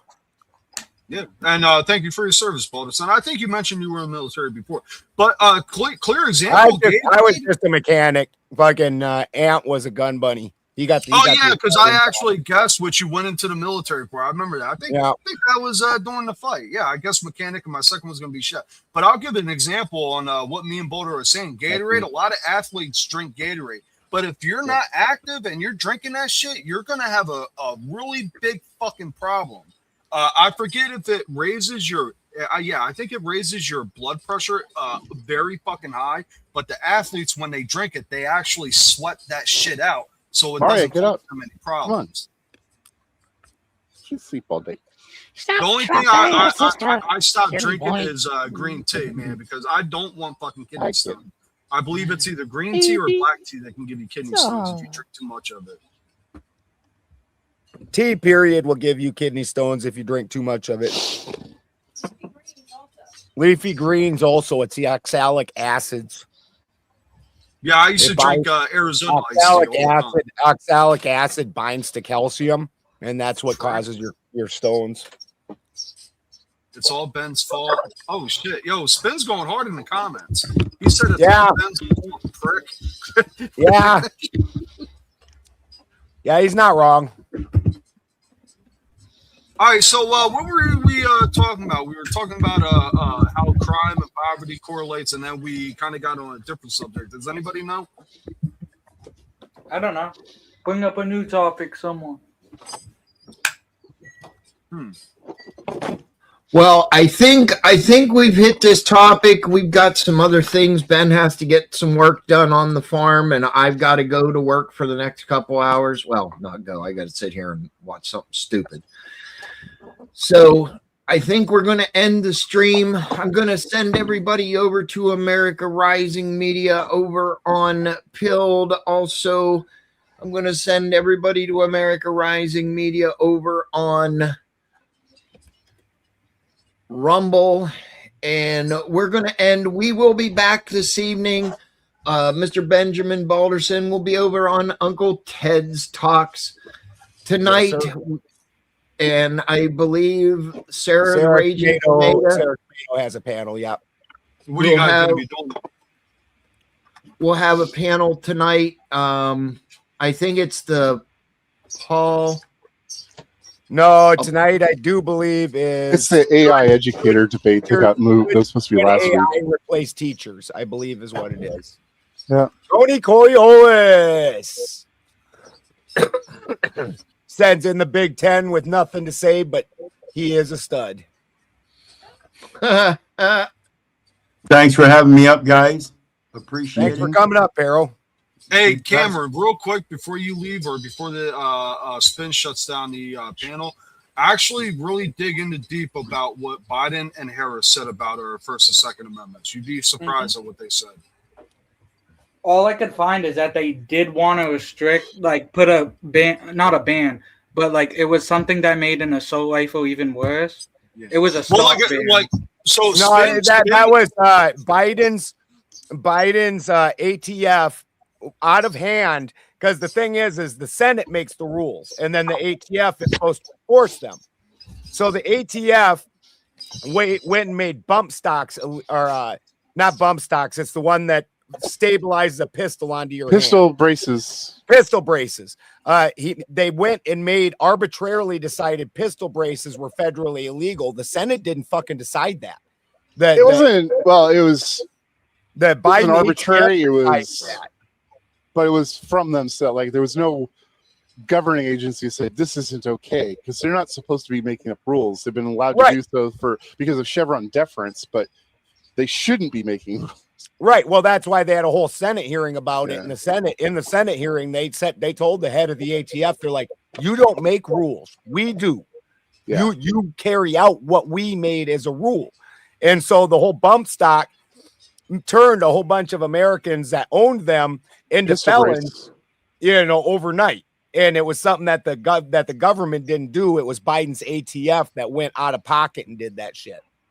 Yeah, that's the pistol brace. Bump stocks was Trump. That was after the Vegas shooting. Pistol braces. No, I'm sorry. I said bump stocks. I just said that because I'm not too knowledgeable about that attachment. Yeah, no, this was a brace that they said it stabilizes a pistol in your hand. And they basically said that turned a pistol into an assault rifle, because now you have a semi-automatic pistol that you can use like a rifle is basically what they were saying. No, turned it into a short-barreled rifle. Short-barreled rifle. Yep, that was the terminology. Yep. Not the same thing as a machine gun. In fact, short-barrel rifles aren't even illegal necessarily. No, they just suck.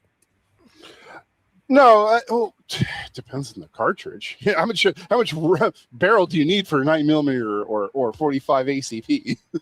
Well, I would never use a 9mm rifle, anyways. But that's what the pistol braces are for I pistols, understand what's getting or said. turning like a 223 pistol into something you can. I'm actually just shoot. laughing at it because you can't really turn a pistol into a fucking rifle. Like fucking my 308, I can hit something a mile away. Yeah, you know, accurately. I mean, rifles isn't always about range. Rifle's more of a form than it is a set of specifications. But you're right. Like typical rifle rounds going to reach out and get you. Yeah, but remember the original muskets were rifles, but their range was fucking horrible. Which seems to totally defeat the whole fucking mid-range weapon. Like if you give me a mid-range weapon, I want to be away from them dudes that can touch me. Like, well, you know, you substitute quality of fire with quantity of fire, and it works out. Yeah. Actually, but did you funny know? enough, we still today use the fucking bayonets, you know, because at the end of the day, you get too damn close and things get funky. I mean, they have them. I was never issued one. I mean, we had like fucking crates full of damn things. Oh wow, still we were their sheaths and everything. They never got issued because we never were using them. We didn't even train with them. Wait, we did back in the 90s. We still I trained did. in basic. You know, everybody does that bit, but after basic training, AIT never touched a bayonet. Well, except to clean it or to count it. Yes, always clean it and count it. Yeah. As a mechanic, we had this little mat that we laid out, and we had to put our tools on specific spots in the specific on the mat and everything. So annoying. Was it for layouts or is that for doing any job? For doing inventory and shit, and that way they could walk by and everything. That's what layouts is. The inventory. When I was in they changed it to calling it layouts. You probably called it inventory. Yeah. I think Spin wants to close the panel, or yeah. Yeah, that's why I said my fault of the back check, Spin. For everybody going over to Sarah Tomato, which hers will be an open panel. Have a good time, guys. TED Talks is a closed panel, so if you come over and watch, we'd love to see you guys. If not, have fun at Sarah Tomato. Yeah. All righty, gentlemen. Alrighty, gentlemen, I'm going to go ahead and end the stream. Everybody on the panel, stay in the back for just a few minutes. After the outro and it goes off, we'll say our goodbyes. Thank you, everybody, for watching. And as I say most of the time, until later, America, we will see you then. Spin City. Spin City on the screen, got the room on 10. Breaking news, panel smoke, then he does it again. The bass in the morning, debauchery at night. He steps in loud and he don't back right. Clip it, post it, watch the chat explode. One more take, then he takes the road. He talks that talk with a grin and a stare. The other side's talking, he already there. Hold up, here he comes. Hands in the air, let the verdict come. No more hush, no more shade. Spin City live and the whole place sways. Spin City, Spin City. He don't play it safe. Spin City, bringing fire to the face. MAGA on the mic, and he says what he means. Spin City, shaking up the scene. Panels in a circle, everybody wants a turn. He leans in hard, let the hot takes burn. Protest on the ticker, riot in the thread. He talks over the chaos with a raised